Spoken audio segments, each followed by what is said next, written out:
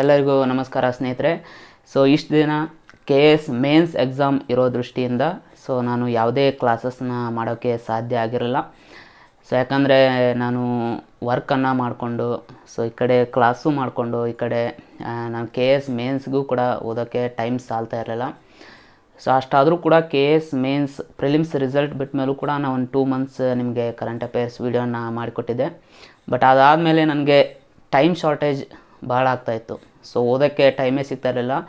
Actually KS ಮೇನ್ಸ್ಗೆ ಎಷ್ಟು ಓದಿದರೂ ಕೂಡ ಕಡಿಮೆನೇ. ಅಷ್ಟು ಸಿಲೆಬಸ್ ಇರುತ್ತೆ.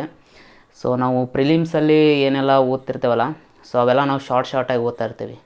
ಅಲ್ಲಿ ಯಾವುದನ್ನು ನಾವು ಡೀಪಾಗಿ ಹೋಗ್ತಾ ಇರಲ್ಲ. ಬಟ್ KS ಮೇನ್ಸ್ ಅಂದರೆ ಫುಲ್ ಡೀಪಾಗಿ ಹೋಗ್ಬೇಕಾಗುತ್ತೆ. ಆ ಬುಕ್ಕಲ್ಲಿ ಇರೋದಲ್ಲದೆ ಸಪ್ರೇಟಾಗಿ ನಾವು ಹೊರಗಡೆ ಕೂಡ ವಿಚಾರ ಮಾಡಬೇಕಾಗುತ್ತೆ. ಅದರ ರಿಲೇಟೆಡ್ ಏನೇನು ಅಂಶಗಳಿದ್ದಾವೆ ಅನ್ನೋದನ್ನು ಕೂಡ ನಾವು ಕೆಲವೊಂದು ಬಾರಿ ರಿಸರ್ಚ್ ಕೂಡ ಮಾಡಬೇಕಾಗುತ್ತೆ.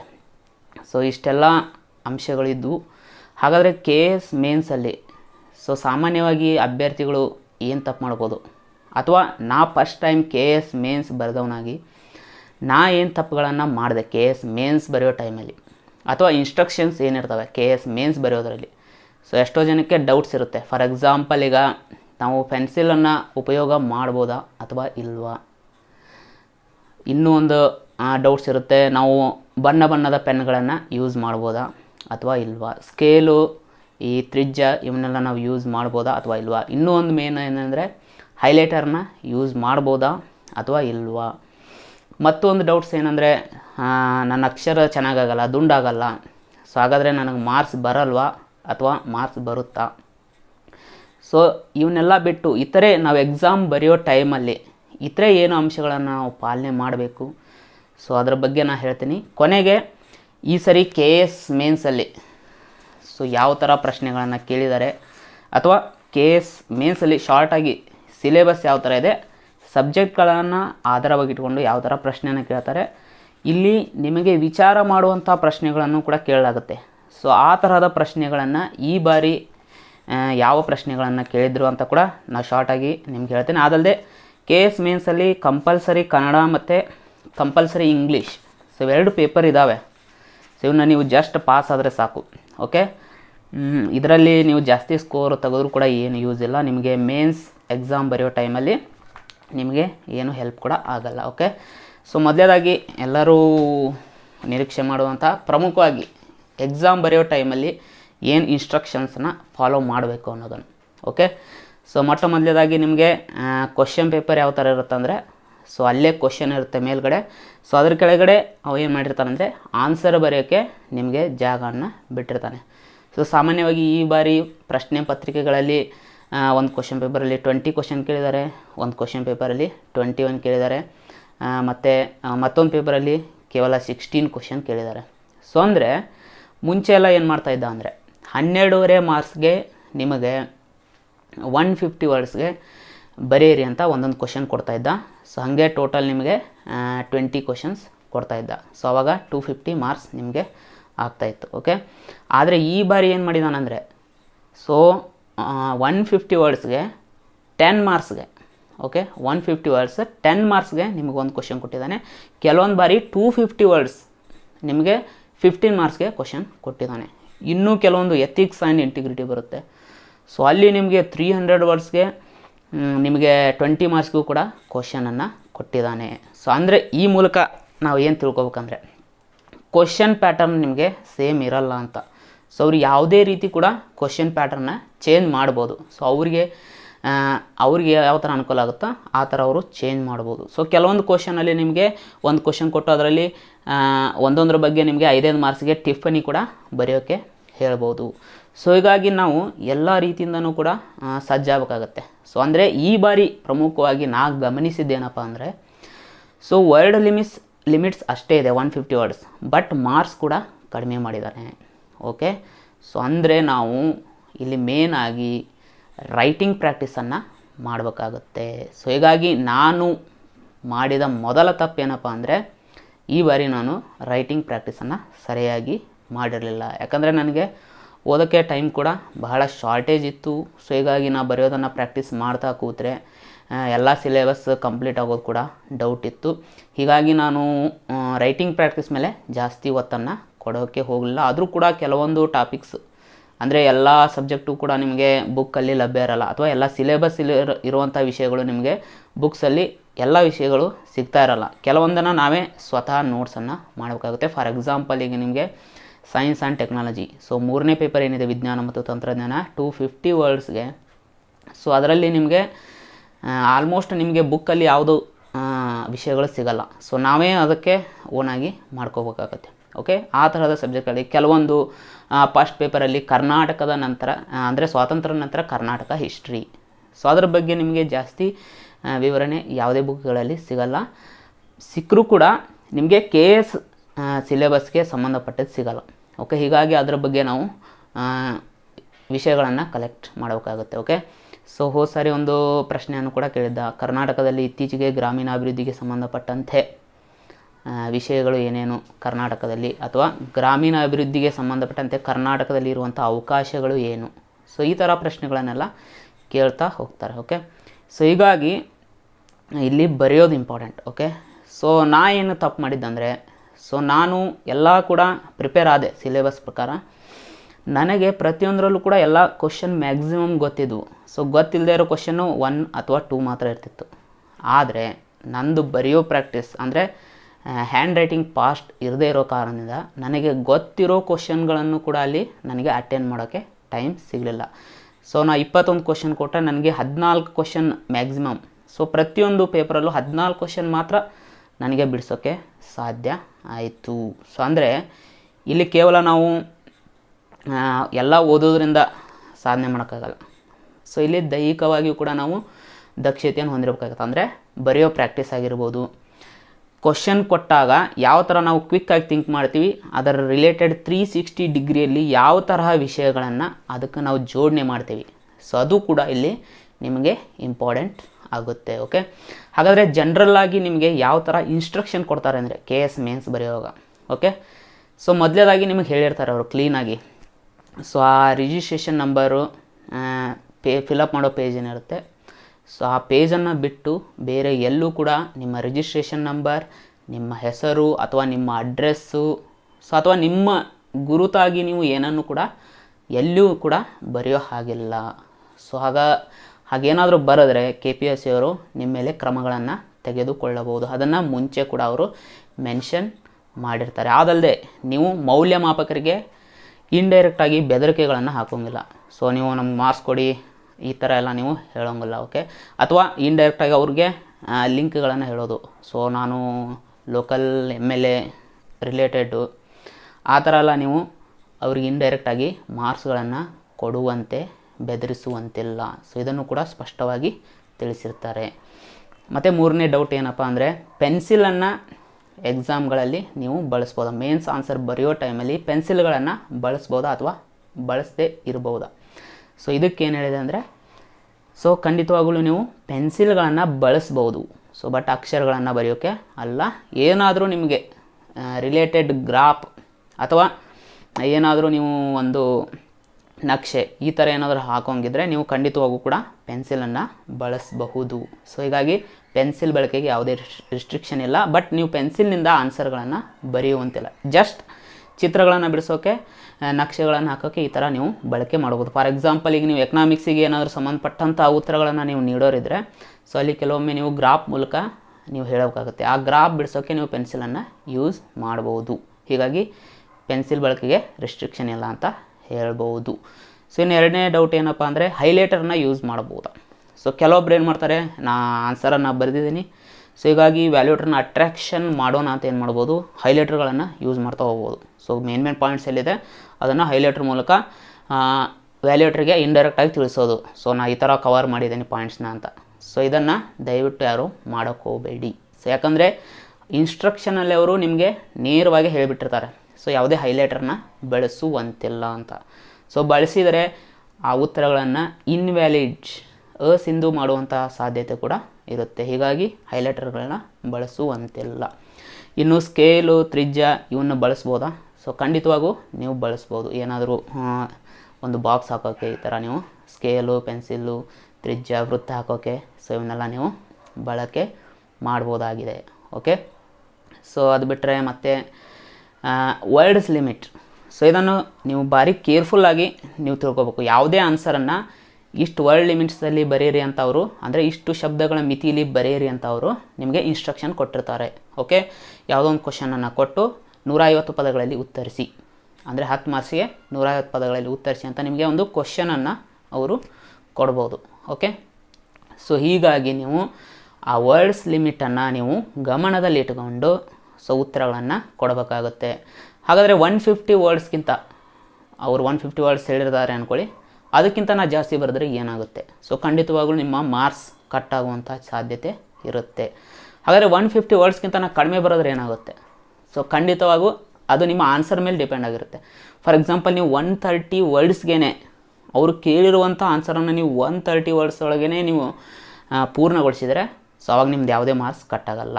ಬಟ್ ನಾವು 120 ವರ್ಡ್ಸ್ಗೆ ಬರೋದು ನೀವು ಆನ್ಸರ್ನ ಪೂರ್ತಿಯಾಗಿ ಬರೀಲಿಲ್ಲ ಅಂದರೆ ಅವಾಗ ನಿಮ್ಮ ಮಾರ್ಕ್ಸ್ ಖಂಡಿತ ಕಟ್ ಆಗುತ್ತೆ.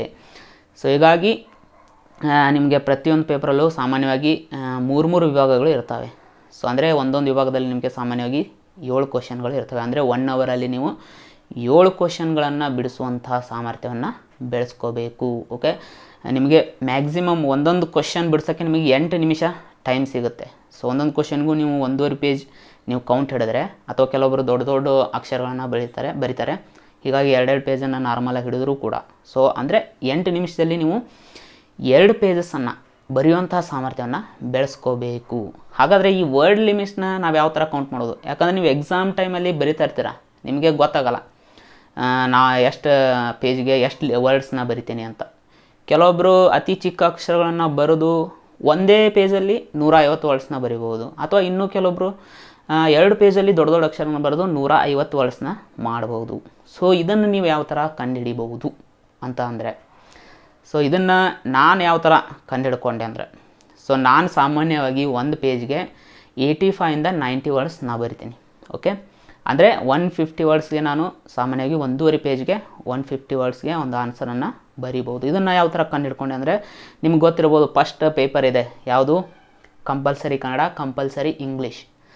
ಸೊ ಅವೆರಡಲ್ಲಿ ನಿಮಗೆ ಎಸ್ಸೆ ಟಾಪಿಕನ್ನು ಕೊಟ್ಟಿರ್ತಾರೆ. ಕನ್ನಡದಲ್ಲಿ ನಿಮಗೆ ಎಸ್ಸೆ ಟಾಪಿಕ್ ಇರುತ್ತೆ. ಸೊ ಅಲ್ಲೂ ಕೂಡ ನೀವು ಒಂದು 7-8 ಪೇಜ್ ಎಸ್ಸೆಗಳನ್ನು ಬರೀಬೇಕಾಗಿರುತ್ತೆ. ಸೊ ಆ ಟೈಮಲ್ಲಿ ನಾನು ಏನು ಮಾಡಿದೆ ಅಂದರೆ, ಸೊ ಆವಾಗ ಒಂದು ಪೇಜ್ಗೆ ನಾನು ಎಷ್ಟು ವರ್ಡ್ಸ್ ಕಾಮನ್ನಾಗಿ ಬರಿತೀನಿ ಅಂತ ಅಲ್ಲಿ ಕನ್ನಡ ಎಸ್ಸೆ ಬರೆಯೋ ಟೈಮಲ್ಲಿ ನಾನು ಕಂಡುಹಿಡ್ಕೊಂಡೆ. ಸೊ ಯಾಕಂದರೆ ಅಲ್ಲೇ ನಿಮಗೆ ಇದೇನು ಜಸ್ಟ್ ಕ್ವಾಲಿಫೈಯಿಂಗ್ ಅಷ್ಟೇ, ಇಲ್ಲೇ ನೀವು ಜಾಸ್ತಿ ಮಾರ್ಕ್ಸ್ ತೊಗೋಬೇಕಂತ ಏನಿಲ್ಲ. ಸೊ ಹೀಗಾಗಿ ನಾನು ಸ್ವಲ್ಪ ಟೈಮನ್ನು ಉಳಿಸ್ಕೊಂಡು ಎಷ್ಟು ವರ್ಡ್ಸನ್ನು ನಾವು ಒಂದು ಪೇಜಲ್ಲಿ ಬರಿಬೋದು ಅಂತ ಕ್ಯಾಲ್ಕುಲೇಟ್ ಮಾಡಿಕೊಂಡೆ. ಸೊ ಈ ರೀತಿಯಾಗಿ ನಾವು ಒಂದು ಪೇಜಲ್ಲಿ ಸಾಮಾನ್ಯವಾಗಿ ಎಷ್ಟು ವರ್ಡ್ಸ್ನ ಬರಿತೀನಿ ಅಂತ ಕೌಂಟ್ ಮಾಡಿಕೊಂಡೆ. ಸೊ ಆದರೆ ನೀವು ಅದಕ್ಕಿಂತ ಮುಂಚೆನೇ ನೀವು ದಯವಿಟ್ಟು ರೈಟಿಂಗನ್ನು ಪ್ರಾಕ್ಟೀಸ್ ಮಾಡಿ. ಸೊ ನಿಮಗೆ ಎಷ್ಟೇ ನಾಲೆಜ್ ಇದ್ದರೂ ಕೂಡ ನಿಮ್ಗೆ ರೈಟಿಂಗ್ ಸ್ಪೀಡ್ ಇದು ಮೇನ್ ಅಂದರೆ ಮೇನ್ ಇಂಪಾರ್ಟೆಂಟ್ ಆಗುತ್ತೆ. ಸೊ ನನಗೂ ಕೂಡ ಇದರ ಬಗ್ಗೆ ಮುಂಚೆ ಗೊತ್ತಿಲ್ಲ ಅಂತೇನಿಲ್ಲ, ನನಗೂ ಕೂಡ ಮುಂಚೆ ಗೊತ್ತಿತ್ತು, ಬಟ್ ಅದರ ತಕ್ಕಂಗೆ ನನಗೆ ಪ್ರಾಕ್ಟೀಸ್ ಮಾಡೋಕ್ಕಾಗಲಿಲ್ಲ. ಸೊ ಹೀಗಾಗಿ ನಾವು ಮಾಡಿದ ತಪ್ಪನ್ನು ನೀವು ಮಾಡೋಕ್ಕೆ ಹೋಗಬೇಡಿ. ಓಕೆ, ಸೊ ಇವು ನಿಮಗೆ ಎಕ್ಸಾಮ್ ಬರೆಯೋ ಟೈಮಲ್ಲಿ ಜನರಲ್ ಇನ್ಸ್ಟ್ರಕ್ಷನ್ಸ್. ಅದಲ್ಲದೆ ನಿಮಗೆ ಸೈಡ್ಗೆ ವ್ಯಾಲ್ಯೂಯೇಷನ್ ಮಾಡೋಕ್ಕೆ ನಿಮಗೆ ಒಂದು ಜಾಗನ ಕೊಟ್ಟಿರ್ತಾರೆ, ನಿಮಗಲ್ಲ ವ್ಯಾಲ್ಯೂಟರ್ಗಾಗಿ. ಸೊ ಅಲ್ಲಿ ನೀವು ಯಾವುದೇ ಥರ ಏನನ್ನು ಬರೆಯೋಂಗಿಲ್ಲ. ಅದಲ್ಲದೆ ಕೊನೆಗೆ ನಿಮಗೆ ರಫ್ ವರ್ಕಿಗೆ ಒಂದು 3-4 ಪೇಜನ್ನು ಕೊಟ್ಟಿರ್ತಾರೆ. ಸೊ ಅಲ್ಲಿ ಕೂಡ ನೀವೇನು ಮಾಡ್ಬೋದು ಅಂದರೆ ರಫ್ ವರ್ಕಿಗೆ ಬಳಕೆ ಮಾಡ್ಬೋದು. ಅದಾದಮೇಲೆ ನೀವು ಎಲ್ಲೆಲ್ಲಿ ಪೇಜ್ಗಳನ್ನು ಖಾಲಿ ಬಿಟ್ಟಿರ್ತಾರೆ, ಸೊ ಅಲ್ಲೆಲ್ಲ ನೀವು ಇಂಟು ಮಾರ್ಕನ್ನು ಹಾಕಬೇಕಾಗತ್ತೆ. ಸೊ ಅಂದರೆ ಅಡ್ಡಗೆರೆ, ಅಂದರೆ ಇಲ್ಲಿ ಇನ್ನೇನು ಬರೆಯಲ್ಲ ಅಂತ ನೀವು ಅಡ್ಡಗೆರೆಯನ್ನು ಹಾಕಬೇಕಾಗುತ್ತೆ. ಅದಲ್ಲದೆ ರಫ್ ವರ್ಕಲ್ಲೂ ಕೂಡ ನೀವು ಅಡ್ಡಗೆರೆಯನ್ನು ಹಾಕಬೇಕಾಗುತ್ತೆ. ಒಂದು ವೇಳೆ ಅಡ್ಡಗೆರೆ ಹಾಕಲಿಲ್ಲ ಅಂದರೆ ಏನಾದರೂ ಪ್ರಾಬ್ಲಮ್ ಆಗುತ್ತಾ? ಸೊ ಆಲ್ಮೋಸ್ಟ್ ಏನು ಪ್ರಾಬ್ಲಮ್ ಆಗಲ್ಲ, ಆದರೆ ವ್ಯಾಲ್ಯೂಟರ್ ನಿಮಗೆ ಮಾರ್ಕ್ಸನ್ನು ಕಡಿಯುವಂಥ ಸಾಧ್ಯತೆ ಇರುತ್ತೆ. ಯಾಕಂದರೆ ಇವನು ರೂಲ್ಸ್ಗಳನ್ನು ಫಾಲೋ ಮಾಡಿಲ್ಲ. ಸೊ ಹೀಗಾಗಿ ಕೆಲವೊಂದು ಅವು ಮಾರ್ಕ್ಸನ್ನು ನಾವು ಕಟ್ ಮಾಡ್ಬೋದು, ಆದರೆ ಅಂಥ ಪರಿಣಾಮ ಏನಾಗಲ್ಲ. ಬಟ್ ನೀವು ಒಬ್ಬ KS ಅಧಿಕಾರಿ ಆಗೋರಾಗಿ ಸೊ ಇಂಥ ರೂಲ್ಸ್ಗಳನ್ನು ನೀವು ಸಾಮಾನ್ಯವಾಗಿ ಫಾಲೋ ಮಾಡಬೇಕಾಗತ್ತೆ. ಓಕೆ, ಹಾಗಾದರೆ ಮತ್ತು ಇನ್ನೊಂದೇನೆಂದರೆ, ನೀವು ಯಾವುದೋ ಒಂದು ಆನ್ಸರನ್ನು ಬರೆದಿರ್ತೀರ, ಓಕೆ, ಆದರೆ ಅದು ರಾಂಗ್ ಆಗುತ್ತೆ, ಅದಕ್ಕೆ ನೀವು ಅದನ್ನು ಕಾಟ್ ಹೊಡಿಬೇಕಾಗತ್ತೆ. ಓಕೆ, ಕಾಟ್ ಹೊಡೆದು ಮತ್ತೆ ಹೊಸ ಆನ್ಸರ್ ಬರೆಯೋಕ್ಕೆ ಸ್ಟಾರ್ಟ್ ಮಾಡ್ತೀರಾ. ಅಲ್ಲಿ ನೀವು ಕಾಟನ್ನು ಹೊಡೆದು ಅದರ ಮುಂದ್ಗಡೆ ನೀವು ಇದನ್ನು ರದ್ದುಪಡಿಸಲಾಗಿದೆ ಅಂತ ಬರೀಬೇಕಾಗುತ್ತೆ. ಒಂದು ವೇಳೆ ಈ ಥರ ಬರೀಲಿಲ್ಲ ಅಂದರೆ ಅವರು ಏನಂತ ಗೆಸ್ ಮಾಡ್ತಾರೆ ಅಂದರೆ ಇದು ಕೂಡ ಆನ್ಸರು, ಅದನ್ನು ಕೂಡ ವ್ಯಾಲ್ಯೂಯೇಷನ್ ಮಾಡ್ತಾರೆ. ಹೀಗಾಗಿ ನಿಮ್ಮ ಮಾರ್ಕ್ಸ್ ಕಟ್ ಆಗುವಂಥ ಸಾಧ್ಯತೆ ಇರುತ್ತೆ. ಹೀಗಾಗಿ ನೀವೇನಾದರೂ ರಾಂಗ್ ಆನ್ಸರ್ ಬರೋದು ಅದು ಬೇಡ ಅಂತ ಅಂದರೆ ನೀವೇನು ಮಾಡಿ ಅದನ್ನು ಇಂಟು ಮಾರ್ಕ್ ಹಾಕಿ ರದ್ದುಪಡಿಸಲಾಗಿದೆ ಅಂತ ಬರೀರಿ. ಇಂಗ್ಲೀಷ್ನಲ್ಲಿ ಬರೆಯೋರಾದರೆ ಕ್ಯಾನ್ಸಲ್ಡ್ ಅಂತ ಬರಿಬೋದು. ಹಾಗಾದರೆ ಸಾಮಾನ್ಯವಾಗಿ ಯಾವ ಥರ ಕ್ವಶನ್ಗಳನ್ನು ಈ ಬಾರಿ ಕೇಳಿದರು, ಯಾವ್ಯಾವ ಪೇಪರು ಎಷ್ಟೆಷ್ಟು ಏನೇನು ಮಾರ್ಕ್ಸು ಏನೇನು ವಿಷಯಗಳು ಬರ್ತವೆ ಅಂತ. ಸೊ ಈ ಬಾರಿ ಒಟ್ಟಾರೆಯಾಗಿ ನಿಮಗೆ ಟೋಟಲ್ 7 ಪತ್ರಿಕೆಗಳು, ಅದರಲ್ಲಿ ಒಂದು ಕನ್ನಡ ಮತ್ತೊಂದು ಇಂಗ್ಲೀಷ್, ಇವೆರಡು ಕಂಪಲ್ಸರಿ. ಜಸ್ಟ್ ನೀವು ಮಿನಿಮಮ್ ಮಾರ್ಕ್ಸ್ ಅಂದರೆ 33% ಅಂದರೆ 150 ಮಾರ್ಕ್ಸಿಗಿರುತ್ತೆ. ನೀವು ಜಸ್ಟ್ 52 ಮಾರ್ಕ್ಸ್ ತೊಗೊಂಡ್ರೆ ಸಾಕು. ಇದರಲ್ಲಿ ನಾವು 150ಕ್ಕೆ 150 ತೊಗೊಂಡ್ರೂ ಕೂಡ ಏನೂ ಯೂಸ್ ಇಲ್ಲ. ಆದರೆ ಮಿನಿಮಮ್ ಮಾರ್ಕ್ಸ್ ಅಂತೂ ನೀವು ತೊಗೊಳ್ಳೇಬೇಕು. ಇದರಲ್ಲಿ ಮಿನಿಮಮ್ ಮಾರ್ಕ್ಸ್ ತೊಗೊಂಡ್ರೆ ಮಾತ್ರ ನಿಮಗೇನಾಗುತ್ತೆ ಅಂದರೆ ಮುಂದಿನ ಪೇಪರ್ಗಳು ವ್ಯಾಲ್ಯೂಯೇಷನ್ ಆಗ್ತವೆ. ಇದರಲ್ಲಿ ನೀವು ಮಿನಿಮಮ್ ಮಾರ್ಕ್ಸ್ ತೊಗೊಳ್ಳಿಲ್ಲ ಅಂದರೆ ಮುಂದಿನ ಪೇಪರಲ್ಲಿ ನೀವು 250 ಮಾರ್ಕ್ಸ್ಗೆ 250 ಮಾರ್ಕ್ಸ್ಗೆ ಬರೆದ್ರೂ ಕೂಡ ನಿಮ್ಮದೇ ವ್ಯಾಲ್ಯೂಯೇಷನ್ ಆಗಲ್ಲ. ಹೀಗಾಗಿ ಇವನ್ನ ಕೇರ್ಲೆಸ್ ಮಾಡೋಂಗಲ್ಲ. ಕಂಪಲ್ಸರಿ ಕನ್ನಡ ಮತ್ತು ಕಂಪಲ್ಸರಿ ಇಂಗ್ಲೀಷನ್ನು ಕೇರ್ಲೆಸ್ ಮಾಡೋಕ್ಕೆ ಹೋಗ್ಬೇಡಿ. ಅಟ್ಲೀಸ್ಟ್ ಮಿನಿಮಮ್ ಮಾರ್ಕ್ಸ್ ತೊಗೊಳ್ಳೋವಂಥ ರೇಂಜ್ಗಾದರೂ ನೀವು ಇರಬೇಕು. ಹಾಗಾದರೆ ಇಲ್ಲಿ ಏನು ಅಂಥ ಟಫ್ ಕ್ವಶನ್ಸ್ ಏನಾದರೂ ಇರ್ತಾವ? ಸೊ ಖಂಡಿತವಾಗ್ಲೂ ಇಲ್ಲ. ದಿಸ್ ಈಸ್ 10th ಲೆವೆಲ್, ಅಂದರೆ 10th ಲೆವೆಲ್ಗೆ ಮಾತ್ರ ಇರ್ತವೆ. ಭಾಳ ಈಸಿ ಕ್ವಶನ್ ಇರ್ತವೆ. ಕೆಲವೊಮ್ಮೆ ನೀವು ಇದಕ್ಕೋಸ್ಕರ ನೀವು ಸ್ಟಡಿ ಮಾಡದೇ ಇದ್ದರೂ ಕೂಡ ನೀವು ಆರಾಮಾಗಿ ಇದನ್ನು ಪಾಸ್ ಆಗ್ಬೋದು. ಸೊ ಹಾಗಾದರೆ ಒಂದನೇದು ಕಂಪಲ್ಸರಿ ಕನ್ನಡ ಬಗ್ಗೆ ನಿಮಗೆ ಹೇಳೋದಾದರೆ, ಸೊ ಸಾಮಾನ್ಯವಾಗಿ ಏನೇನು ಕೊಟ್ಟಿರ್ತಾರೆ, ಫಾರ್ ಎಕ್ಸಾಂಪಲ್ ಒಂದು ಗದ್ಯ ಭಾಗವನ್ನು ಕೊಟ್ಟಿದ್ದಾರೆ. ಸೊ ಗದ್ಯ ಭಾಗವನ್ನು ಕೊಟ್ಟು ಅದರ ಮೇಲೆ ಕೆಲವೊಂದು ಪ್ರಶ್ನೆಗಳನ್ನ ಕೊಟ್ಟಿದ್ದಾರೆ. ಸೊ 25 ಮಾರ್ಕ್ಸ್ಗೆ ಇದೇ ಇತ್ತು. ಸೊ ಇಲ್ಲಿ ಆನ್ಸರ್ನ ನೋಡಿ ಇಲ್ಲೇ ಬರೆಯೋದು. ಸೊ ನಿಮ್ಗೆ ಇಲ್ಲೇ 25 ಮಾರ್ಕ್ಸ್ ಬರುತ್ತೆ. ಅದೇ ರೀತಿ ಸಂಕ್ಷಿಪ್ತವಾಗಿ ಲೇಖನವನ್ನು ಬರೆಯೋದು, ಅಂದರೆ ಒಂದು ಲೇಖನವನ್ನು ಕೊಟ್ಟಿರ್ತಾರೆ, ಅದನ್ನು ಅವ್ರು ಹೇಳಿರುವಂಥ ವರ್ಡ್ ಲಿಮಿಟ್ಸಲ್ಲಿ ನೀವು ಬರೀಬೇಕಾಗುತ್ತೆ. ಇಲ್ಲೊಂದು ಪ್ಯಾರಾವನ್ನು ಕೊಟ್ಟಿದ್ದಾರೆ. ಸೊ ಅದನ್ನು 100 ಶಬ್ದಗಳಲ್ಲಿ ನೀವು ಚಿಕ್ಕದು ಮಾಡಿ ಬರೀಬೇಕಾಗುತ್ತೆ, ಅರ್ಥ ಕೆಡದಂತೆ. ಓಕೆ, ಸೊ ಅದನ್ನು ಕೂಡ ಎಷ್ಟು ಮಾರ್ಕ್ಸಿಗೆ ಕೊಟ್ಟಿದ್ದಾರೆ? 25, ಅಂದರೆ ಇಲ್ಲೇ 50 ಮಾರ್ಕ್ಸ್ ಆಯಿತು. ಅದೇ ರೀತಿ ಒಂದು ಕನ್ನಡದಿಂದ ಇಂಗ್ಲೀಷ್ಗೆ ಟ್ರಾನ್ಸ್ಲೇಷನನ್ನು ಕೊಟ್ಟಿದ್ದಾರೆ. ಸೊ ಇದನ್ನು ಕೂಡ ಈಸಿಯಾಗಿರುತ್ತೆ, ಈಸಿಯಾಗಿ ಮಾಡ್ಬೋದು. ಇದು 25 ಅಂದರೆ 75 ಆಯಿತು. ಇದರಲ್ಲಿ ನೀವು ಕ್ಲೀನಾಗಿ ಮಾಡಿಬಿಟ್ರೆ ಆರಾಮಾಗಿ 52 ಮಾರ್ಕ್ಸ್ ಇಲ್ಲೇ ತೊಗೋಬೋದು. ಅದು ಬಿಟ್ಟರೆ ಬೇರೆ ಏನನ್ನ ಕೇಳಿದ್ದಾರೆ ಅಂದರೆ ಲೆಟರ್ ರೈಟಿಂಗನ್ನು ಕೇಳಿದ್ದಾರೆ. ಸೊ ಇದು ಕೂಡ ಮೋಸ್ಟ್ ಇಂಪಾರ್ಟೆಂಟ್ ಆಗುತ್ತೆ ಲೆಟರ್ ಬರೆಯೋ ಟೈಮಲ್ಲಿ. ಸೊ ಏನು ಮಾಡ್ತಾರೆ ಅಂದರೆ ಕೆಲವೊಬ್ಬರು ತಮ್ಮ ಹೆಸರನ್ನು ಹಾಕಿಬಿಡ್ತಾರೆ ಅಥವಾ ತಮ್ಮ ಊರಿನ ಹೆಸರು ಹಾಕಿಬಿಡ್ತಾರೆ ಇಂದ ಅಂತ ಬರೆಯೋ ಟೈಮಲ್ಲಿ. ಓಕೆ, ಸೊ ಆ ಥರ ದಯವಿಟ್ಟು ಮಾಡೋಕ್ಕೋಗ್ಬೇಡಿ. ಸೊ ಅವರೇ ನಿಮಗೆ ಒಂದು ಅಡ್ರೆಸ್ಸನ್ನು ಕೊಟ್ಟಿದ್ದಾರೆ. ಸೊ ಈ ಬಾರಿ ಈ ಪತ್ರಿಕೆಯಲ್ಲಿ ನಿಮ್ಗೆ ಏನು ಅಡ್ರೆಸ್ ಕೊಟ್ಟಿದ್ದಾರೆ? ಇಂದ ವಿಳಾಸ ಏನಂತ ಕೊಟ್ಟಿದ್ದಾರೆ? XXX ಸಂಖ್ಯೆ 1 XXY ರಸ್ತೆ XXZ ಸ್ಥಳ, ಅಂದರೆ ಇದೇ ಇಂದ ವಿಳಾಸ. ಇದನ್ನು ನೀವು ಬಳಸ್ಕೊಂಡು ಯಾರಿಗೆ ಬರೀಬೇಕು ಅನ್ನೋ ವಿಳಾಸನೂ ಕೂಡ ಅವರೇ ಕೊಟ್ಟಿರ್ತಾರೆ. ಸೊ ಇಲ್ಲಿ ಯಾವುದನ್ನು ಕೊಟ್ಟಿದ್ದಾರೆ? ಸಂಪಾದಕರು, ನವಭಾರತ ಪತ್ರಿಕೆ, ಬೆಂಗಳೂರು. ಸೊ ಇವರಿಗೆ ನೀವು ಒಂದು ರಕ್ತದಾನ ಮತ್ತು ನೇತ್ರದಾನಗಳ ಮಹತ್ವದ ಕುರಿತು ಒಂದು ಲೆಟರನ್ನು ಬರೀಬೇಕಾಗುತ್ತೆ. ಸೊ ಅದು ಬಿಟ್ಟರೆ ಬೇರೆ ಏನನ್ನ ಕೇಳಿದ್ದಾರೆ ಕಂಪಲ್ಸರಿ ಕನ್ನಡದಲ್ಲಿ ನಿಮಗೆ 2 ಗಾದೆ ಮಾತನ್ನು ಕೊಟ್ಟಿದ್ದಾರೆ, ಅದರ ಅರ್ಥವನ್ನು ಬರೆಯುವಂತ ಹೇಳಿದ್ದಾರೆ. 5 ಮಾರ್ಕ್ಸಿಗೆ ಒಂದು, ಟೋಟಲ್ 10 ಮಾರ್ಕ್ಸ್. ಯಾವ 2 ಗಾದೆ ಯಾವುದಂದರೆ ಅಕ್ಕಿ ಮೇಲಾಸೆ, ನೆಂಟರ ಮೇಲೆ ಪ್ರೀತಿ. ಅದು ಬಿಟ್ಟರೆ ಮಾತು ಆಡಿದರೆ ಹೋಯಿತು, ಮುತ್ತು ಹೊಡೆದರೆ ಹೋಯಿತು. ಸೊ ಇವನ್ನೆಲ್ಲ ನೀವು ನಿಮ್ಮ ವಾಕ್ಯಗಳಲ್ಲಿ ಆರಾಮಾಗಿ ಬರೆಯಬಹುದು. ಅದು ಬಿಟ್ಟರೆ ಬೇರೆ ಏನು ಕೇಳಿದ್ದಾರೆ ಅಂದರೆ ನುಡಿಗಟ್ಟುಗಳ ಅರ್ಥವನ್ನು ಕೇಳಿದ್ದಾರೆ 2.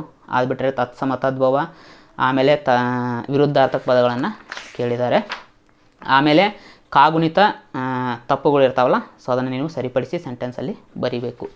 ಸೊ ಇಷ್ಟು ಬರೆದ್ರೆ ನೀವು ಕಂಪಲ್ಸರಿ ಕನ್ನಡ ಮುಗೀತು. ಇನ್ನು ಇಂಗ್ಲೀಷಲ್ಲಿ, ಸೊ ಇಂಗ್ಲೀಷು ಕೂಡ ತುಂಬ ಈಸಿ ಇರುತ್ತೆ, ಅಂಥ ಹೆದರುವಂಥದ್ದೇನಿಲ್ಲ. ನೀವು ಆರಾಮಾಗಿ 52 ಮಾರ್ಕ್ಸನ್ನು ತೊಗೋಬೋದು. ಸೊ ಅವರು ಕೂಡ ವಿಚಾರ ಮಾಡಿರ್ತಾರೆ. ಕರ್ನಾಟಕದಲ್ಲಿ ಎಷ್ಟೋ ಜನ ಕೂಡ ಗ್ರಾಮೀಣ ಹಿನ್ನೆಲೆಯಿಂದ ಬಂದಿರ್ತಾರೆ.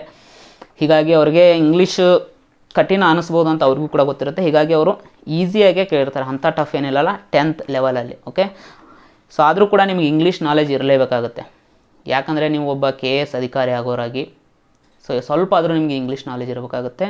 ಯಾಕಂದರೆ ಕೆಲವೊಂದು ಆಫೀಷಿಯಲ್ ವ್ಯವಹಾರಗಳೆಲ್ಲ ನಿಮಗೆ ಆಲ್ಮೋಸ್ಟ್ ಇಂಗ್ಲೀಷಲ್ಲೇ ನಡೀತಾ ಇರ್ತವೆ. ಲೆಟರ್ ಬರೆಯೋದಾಗಿರ್ಬೋದು, ಏನಾದರೂ ರಿಪೋರ್ಟ್ ಕಳಿಸೋದಾಗಿರ್ಬೋದು, ಅಥವಾ ಮೇಲಿಂದ ನಿಮಗೇನಾದರೂ ರಿಪೋರ್ಟು, ಕೆಳಗಡೆಯಿಂದ ರಿಪೋರ್ಟು, ಇವೆಲ್ಲ ಆಲ್ಮೋಸ್ಟ್ ಇಂಗ್ಲೀಷಲ್ಲೇ ಇರ್ತವೆ. ಸೊ ನಮ್ಮ ಆಡಳಿತ ಅಂದರೆ ಆಫೀಷಿಯಲ್ ಲ್ಯಾಂಗ್ವೇಜ್, ಅಂದರೆ ಆಡಳಿತವಾಗಿ ನಾವು ಜಾಸ್ತಿ ಬಳಸುವಂಥ ಭಾಷೆ ಇಂಗ್ಲೀಷೇ ಆಗಿದೆ. ಸೊ ನಿಮಗೂ ಕೂಡ ಗೊತ್ತು, ಕಚೇರಿಗಳಲ್ಲೆಲ್ಲ ಆಲ್ಮೋಸ್ಟ್ ಇಂಗ್ಲೀಷಲ್ಲೇ ಲೆಟ್ರು ಇವೆಲ್ಲ ಇರ್ತವೆ, ರಿಪೋರ್ಟು ಏನೇ ಆದರೂ ಕೂಡ. ಸೊ ಹೀಗಾಗಿ ಮಿನಿಮಮ್ ನಾಲೆಜ್ ನಿಮ್ಗೆ ಇರಬೇಕಾಗುತ್ತೆ KS ಆಫೀಸರ್ ಆಗೋರಾಗಿ. ಸೊ ಹಾಗಾದರೆ ಇಲ್ಲಿ ಯಾವ್ಯಾವ ಥರ ಕೇಳಿದ್ದಾರೆ ಅಂದರೆ, ಸೊ ಒಂದನೇದು ನಿಮ್ಗೆ ಏನು ಕೇಳಿದ್ದಾರೆ ಅಂದರೆ ಬೆಟ್ಟ ಸ್ಥಳ ಕೇಳಿದ್ದಾರೆ. ಸೊ ಬೆಟ್ಟ ಸ್ಥಳದಲ್ಲಿ ಕೆಲವೊಂದು ಬ್ರಾಕೆಟಲ್ಲಿ ವರ್ಡನ್ನು ಕೊಟ್ಟಿರ್ತಾರೆ, ಅದನ್ನು ಬಳಕೆ ಮಾಡಿಕೊಂಡು ನೀವು ಬೆಟ್ಟ ಸ್ಥಳವನ್ನು ತುಂಬಬೇಕಾಗುತ್ತೆ.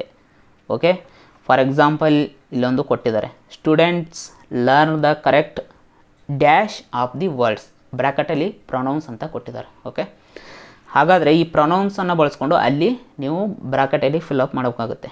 ಸೊ ಹಾಗಾದರೆ students learn the correct pronunciation of the words. Okay, ಈ ಪ್ರೊನೌನ್ಸನ್ನು ವರ್ಡ್ ಬಳಸ್ಕೊಂಡು ನಾವು ಪ್ರೊನೌನ್ಸಿಯೇಷನ್ ವರ್ಡನ್ನು ಅಲ್ಲಿ ಫಿಲ್ಅಪ್ ಮಾಡಿದೆ.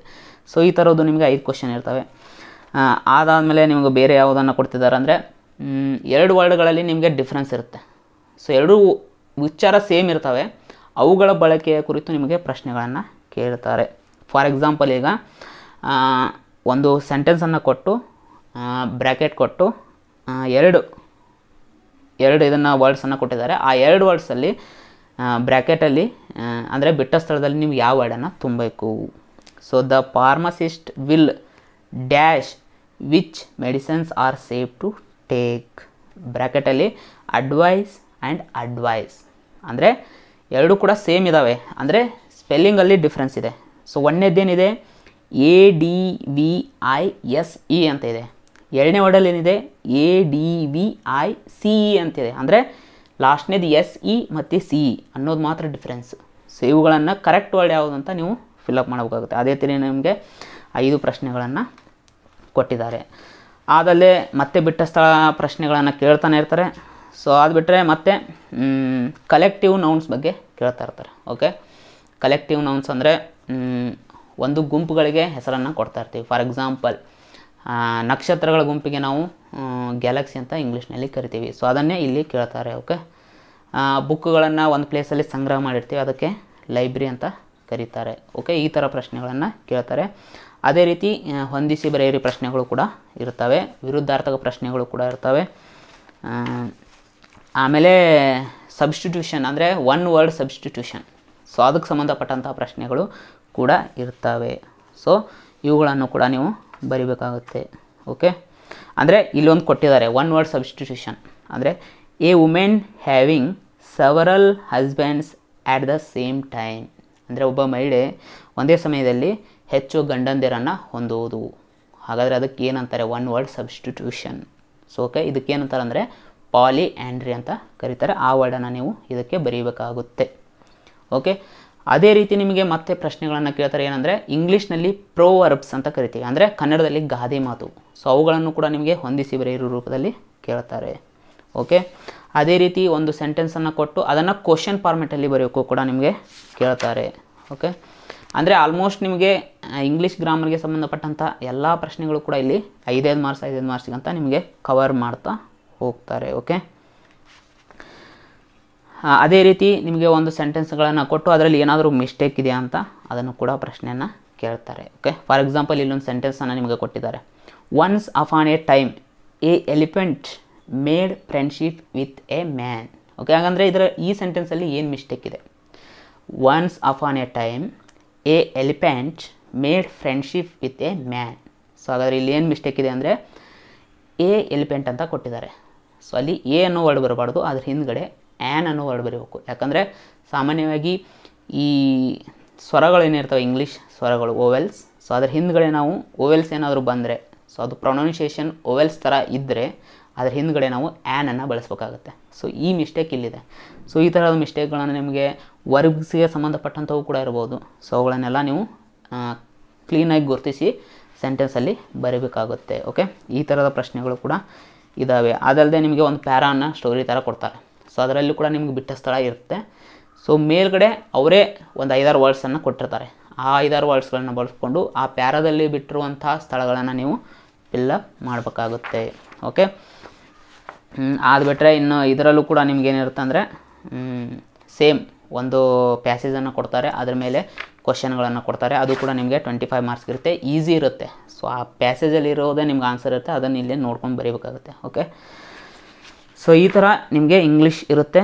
ಸೊ ನೀವು ಆರಾಮಾಗಿ ಬರಿಬೋದು ಆಗಿದೆ. ಓಕೆ, ಅದೇ ರೀತಿ ನಿಮಗೆ ಒಂದು ಎಸ್ಸೆ ಕೂಡ 350 ವರ್ಡ್ಸ್ಗೆ ಒಂದು ಎಸ್ಸೆ ಕೂಡ ನಿಮ್ಗೆ ಕೊಟ್ಟಿದ್ದಾರೆ. ಇದರಲ್ಲಿ ಯಾವ್ದು ಕೊಟ್ಟಿದ್ದಾರೆ ಅಂದರೆ caste system effect on Indian economy. ಅಂದರೆ ಈ ಜಾಸ್ತಿ ವ್ಯವಸ್ಥೆಯು ಭಾರತದ ಆರ್ಥಿಕತೆ ಮೇಲೆ ಯಾವ ಥರ ಪರಿಣಾಮ ಬೀರಿದೆ ಅಂತ. ಸೊ ಇದರಲ್ಲಿ ಒಂದು ಎಸ್ಸೆಯನ್ನು ಕೊಟ್ಟಿದ್ದಾರೆ.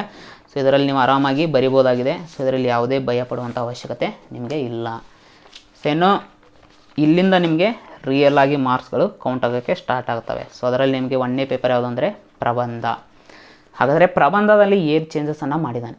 ಸೊ ಮೊದಲನೇದಾಗಿ ಪ್ರಬಂಧದಲ್ಲಿ ಮೊದಲೆಲ್ಲ ಏನು ಮಾಡ್ತಿದ್ದ ಅಂದರೆ 8 ಪ್ರಬಂಧಗಳನ್ನು ಕೊಡ್ತಿದ್ದ. ಅಂದರೆ ಪಾರ್ಟ್ ಎಲ್ಲಿ 4 ಪ್ರಬಂಧ, ಪಾರ್ಟ್ ಬಿಲಿ 4 ಪ್ರಬಂಧ. ಸೊ ಪಾರ್ಟ್ ಎಯಿಂದ ನೀವು 1ಕ್ಕೆ ಪ್ರಬಂಧ ಬರೀಬೇಕು, ಪಾರ್ಟ್ ಬಿಯಿಂದ 1ಕ್ಕೆ, ಟೋಟಲ್ 2ಕ್ಕೆ ನೀವು ಪ್ರಬಂಧನ ಬರೀಬೇಕು. ಈ ಸಾರಿ ಏನು ಮಾಡಿದ್ದ ಅಂದರೆ, ಸೊ ಬೈ ಮಿಸ್ಟೇಕ್ ಅಂತಲ್ಲ, ಉದ್ದೇಶವಾಗಿ ಕೊಟ್ಟಿರ್ಬೋದು, 2 ಎಸ್ಸೆಗಳನ್ನು ಕೊಟ್ಟಿದ್ದಾನೆ. ಸೊ ಒಂದು ಎಸ್ಸೆ ಯಾವ ಥರ ಇರುತ್ತೆ ಅಂದರೆ ನ್ಯಾಷನಲ್ ಇಂಪಾರ್ಟೆನ್ಸ್, ಅಂದರೆ ರಾಷ್ಟ್ರೀಯವಾಗಿ ಮಹತ್ವ ಇರುವಂಥದ್ದು. 2ನೇ ಎಸ್ಸೆ ಯಾವ ಥರ ಇರುತ್ತೆ ಅಂದರೆ ಸ್ಟೇಟ್ ಇಂಪಾರ್ಟೆನ್ಸ್, ಅಂದರೆ ರಾಜ್ಯದಲ್ಲಿ ಮಹತ್ವವಾಗಿರುವಂಥದ್ದು. 2 ಎಸ್ಸೆಗಳನ್ನು ಪಕ್ಕಾ ಕೇಳ್ತಾನೆ. ಸೊ ನಾ ಮಾಡಿದ ಮಿಸ್ಟೇಕ್ ಏನು, ಸೊ 8 ಎಸ್ಸೆ ಕೊಡ್ತಾರೆ ಅಂತ ನಾನು ಎಸ್ಸೆಗಳಿಗೆ ಪ್ರಿಪೇರ್ ಆಗಿದ್ದೆ. ಸೊ ರಾಷ್ಟ್ರೀಯ ಶಿಕ್ಷಣ ನೀತಿ ಒಂದು ಎಸ್ಸೆ ಕೊಟ್ಟಿದ್ದಾರೆ. ಸೊ ನಾನು ಈ ಎಸ್ಸೆನ ಎಲ್ಲರೂ ಆಲ್ಮೋಸ್ಟ್ ಬರೀತಾರೆ, ಹೀಗಾಗಿ ನಾವು ಡಿಫ್ರೆಂಟ್ ಆಗಿರೋ ಎಸ್ಸೆನ ಬರೆಯೋಣ ಅಂತಂದು ಇದ್ರ ಬಗ್ಗೆ ನಾನು ಜಾಸ್ತಿ ಓದೋಕ್ಕೆ ಹೋಗಿರಲಿಲ್ಲ. ಸೊ ಅದೇ ಎಸ್ಸೆ ಕೊಟ್ಟಿದ್ದಾರೆ. ಸೊ ಹೀಗಾಗಿ ಅದನ್ನು ಸರಿಯಾಗಿ ಬರೆಯೋಕ್ಕಾಗಲಿಲ್ಲ. ಇನ್ನು 2ನೇ ಎಸ್ಸೆ ಉಳ್ಳವರಿಗೆಲ್ಲ ಉಳುವ ಆಸಕ್ತರಿಗೆ ಜಮೀನು. ಈ ಹೇಳಿಕೆಯನ್ನು ಕರ್ನಾಟಕದ ಭೂ ಸುಧಾರಣಾ ತಿದ್ದುಪಡಿ ಕಾಯ್ದೆ 2020 ಗಮನದಲ್ಲಿರಿಸಿಕೊಂಡು ವಿಶ್ಲೇಷಿಸಿ. ಸೊ ಇತ್ತೀಚೆಗೆ 2020ರಲ್ಲಿ ಕರ್ನಾಟಕ ಭೂ ಸುಧಾರಣೆ ಕಾಯ್ದೆಗೆ ತಿದ್ದುಪಡಿಯನ್ನು ತಂದಿತ್ತು.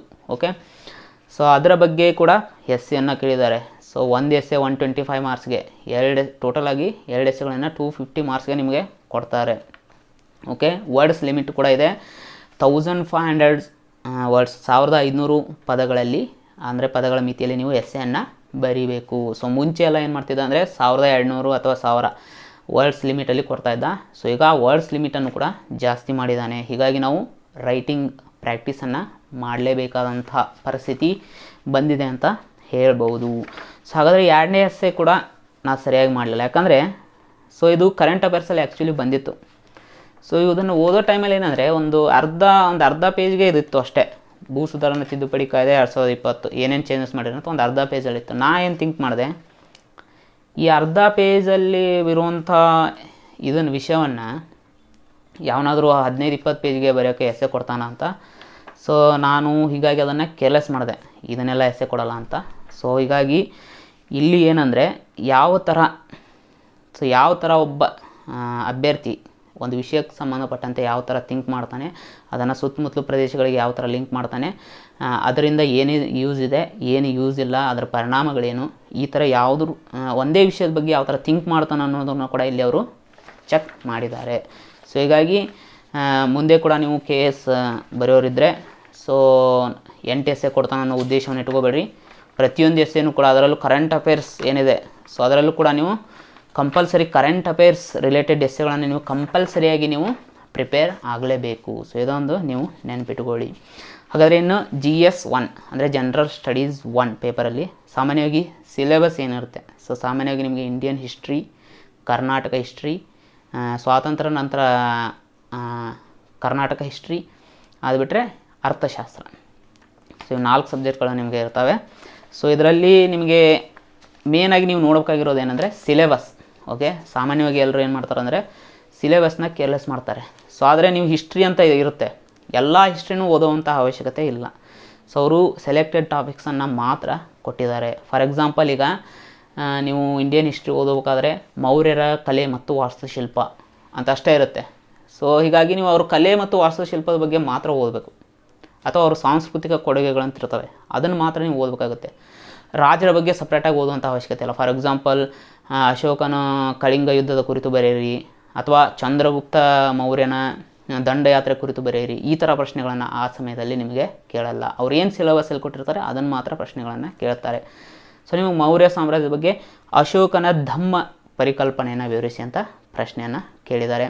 ಅದೇ ರೀತಿ ಕರ್ನಾಟಕದ ಹಿಸ್ಟ್ರಿ ಸಂಬಂಧಪಟ್ಟಂತೆ ಏನಂದರೆ ಕದಂಬರು, ಗಂಗರು, ಚಾಲುಕ್ಯರು, ಪಲ್ಲವರು, ಮತ್ತು ಹೊಯ್ಸಳರು, ಕಲ್ಯಾಣಿ ಚಾಲುಕ್ಯರು, ಸೊ ಆಮೇಲೆ ಆಧುನಿಕ ಮೈಸೂರು ಇತಿಹಾಸ, ಸ್ವಾತಂತ್ರ್ಯ ನಂತರ ಕರ್ನಾಟಕದಲ್ಲಿ ಕೆಲವಂಥ ಬದಲಾವಣೆಗಳು, ಇವನ್ನೆಲ್ಲ ಪ್ರಶ್ನೆಗಳನ್ನು ಕೇಳಿದ್ದಾರೆ. ಆದರೆ ಹಿಸ್ಟ್ರಿಗೆ ಸಂಬಂಧಪಟ್ಟಂತೆ ಏನು ಮಾಡಿದ್ದಾರೆ ಅಂದರೆ ಅಲ್ಲೂ ಕೂಡ ಪ್ರತಿಯೊಂದರಲ್ಲೂ ಕಲೆ ಮತ್ತು ವಾಸ್ತುಶಿಲ್ಪದ ಬಗ್ಗೆ ಅವರು ಸ್ಪೆಸಿಫಿಕ್ ಆಗಿ ಮೆನ್ಷನ್ ಮಾಡಿದ್ದಾರೆ. ಸೊ ಹೀಗಾಗಿ ಆ ಕಲೆ ಮತ್ತು ವಾಸ್ತುಶಿಲ್ಪ ಅಥವಾ ಸಾಂಸ್ಕೃತಿಕ ಕೊಡುಗೆ ಇವುಗಳ ಬಗ್ಗೆ ಮಾತ್ರ ನಾವು ಕಾನ್ಸಂಟ್ರೇಟ್ ಜಾಸ್ತಿ ಮಾಡ್ತಾ ಹೋಗಬೇಕಾಗುತ್ತೆ. ಹೀಗಾಗಿ ನಾವೇನು ಮಾಡ್ಬೋದು ಅಂದರೆ ಟೈಮ್ ಉಳಿತಾಯ ಮಾಡ್ಬೋದು. ಎಲ್ಲ ಹಿಸ್ಟ್ರಿನೂ ಓದ್ಕೊಂತ ಕುಂದ್ರಕ್ಕೆ ನಮಗೆ ಸಾಧ್ಯ ಇಲ್ಲ, ಅಂದರೆ ಟೈಮ್ ಕೂಡ ಇರಲ್ಲ ಅಂತ ಹೇಳ್ಬೋದು. ಓಕೆ, ಅದೇ ರೀತಿ ಮತ್ತೆ ಪ್ರಶ್ನೆಗಳನ್ನು ಯಾವ ಥರ ಅಂದರೆ ಪ್ರಶ್ನೆಗಳನ್ನು ಇಲ್ಲಿ ಯಾವ ಥರ ಕೇಳ್ತಾರೆ ಅಂದರೆ ನಿಮ್ಮ ಥಿಂಕಿಂಗ್ ಕೆಪಾಸಿಟಿ ಚೆಕ್ ಮಾಡುವಂಥ ಪ್ರಶ್ನೆಗಳೇ ಇರ್ತವೆ ಪ್ರತಿಯೊಂದು ಕೂಡ.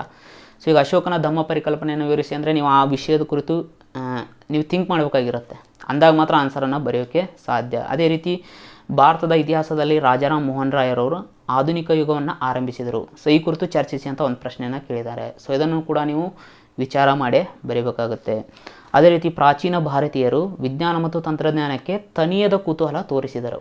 ಓಕೆ, ಹಾಗಾದರೆ ಖಗೋಳಶಾಸ್ತ್ರಕ್ಕೆ ಅವರ ಕೊಡುಗೆ ಅಪಾರವಾದದ್ದು. ಸೊ ಈ ವಿಷಯದ ಕುರಿತು ಚರ್ಚಿಸಿ.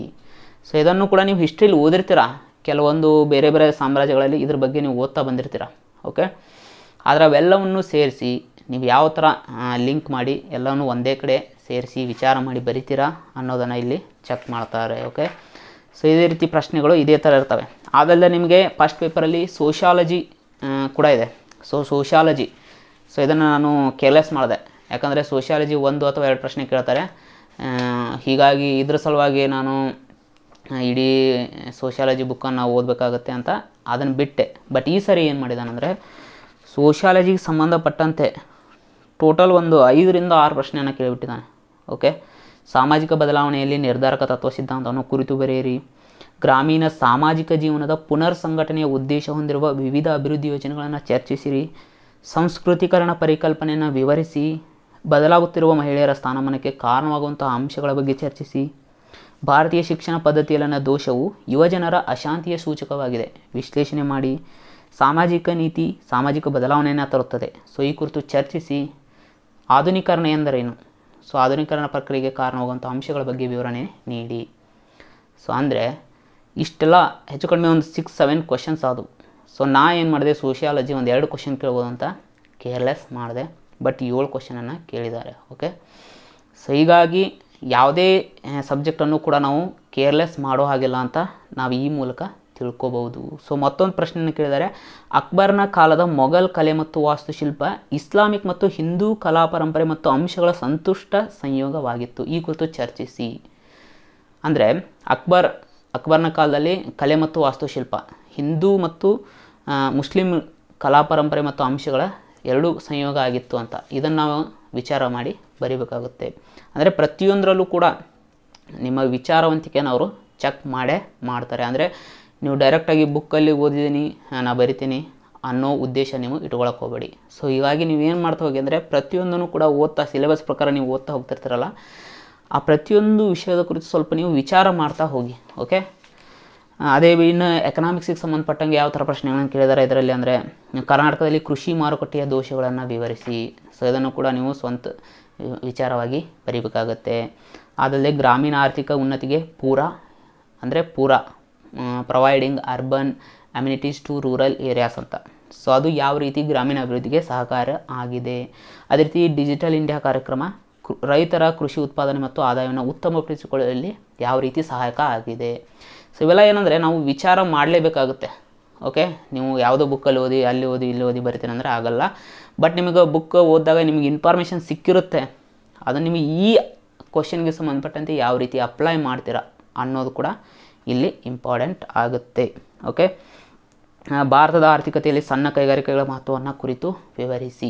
ಸೊ ಅದರ ಬಗ್ಗೆ ಕೂಡ ಪ್ರಶ್ನೆಯನ್ನು ಕೇಳಿದ್ದಾರೆ. ಅಂದರೆ ಇಲ್ಲಿ ಯಾವ ಥರ ಪ್ರಶ್ನೆಯನ್ನು ಕೇಳ್ತಾ ಇದ್ದಾರೆ ಅಂದರೆ ಸಮಾಜದ ಮೇಲೆ ಇರುವಂಥ ಸಮಸ್ಯೆಗಳು, ಅಂದರೆ ಸಮಾಜದಲ್ಲಿ ಇರುವಂಥ ಸಮಸ್ಯೆಗಳು, ಅದರ ನಿವಾರಣೆಗೆ ಏನೇನು ಅಂಶಗಳಿದ್ದಾವೆ ಅಥವಾ ಏನೇನು ಕ್ರಮಗಳಿದ್ದಾವೆ ಆ ಕುರಿತು ಪ್ರಶ್ನೆಗಳನ್ನು ಸಾಮಾನ್ಯವಾಗಿ ಎಕನಾಮಿಕ್ಸಲ್ಲಿ ಹೆಚ್ಚಾಗಿ ಕೇಳಿದ್ದಾರೆ. ಸೊ ಅಂದರೆ ಸಮಾಜದ ಸಮಸ್ಯೆಗಳೇನು, ಅದರ ನಿವಾರಣೆ ಕ್ರಮಗಳೇನು, ಇದರ ಬಗ್ಗೆ ನೀವು ಖಂಡಿತವಾಗಲೂ ಕಾನ್ಸಂಟ್ರೇಟ್ ಮಾಡಲೇಬೇಕಾಗುತ್ತೆ. ಓಕೆ, ಮುಂದೆ ನೀವು KS ಓದೋರಾದರೆ ಇದನ್ನು ಸೂಕ್ಷ್ಮವಾಗಿ ಗಮನಿಸಬೇಕಾಗುತ್ತೆ.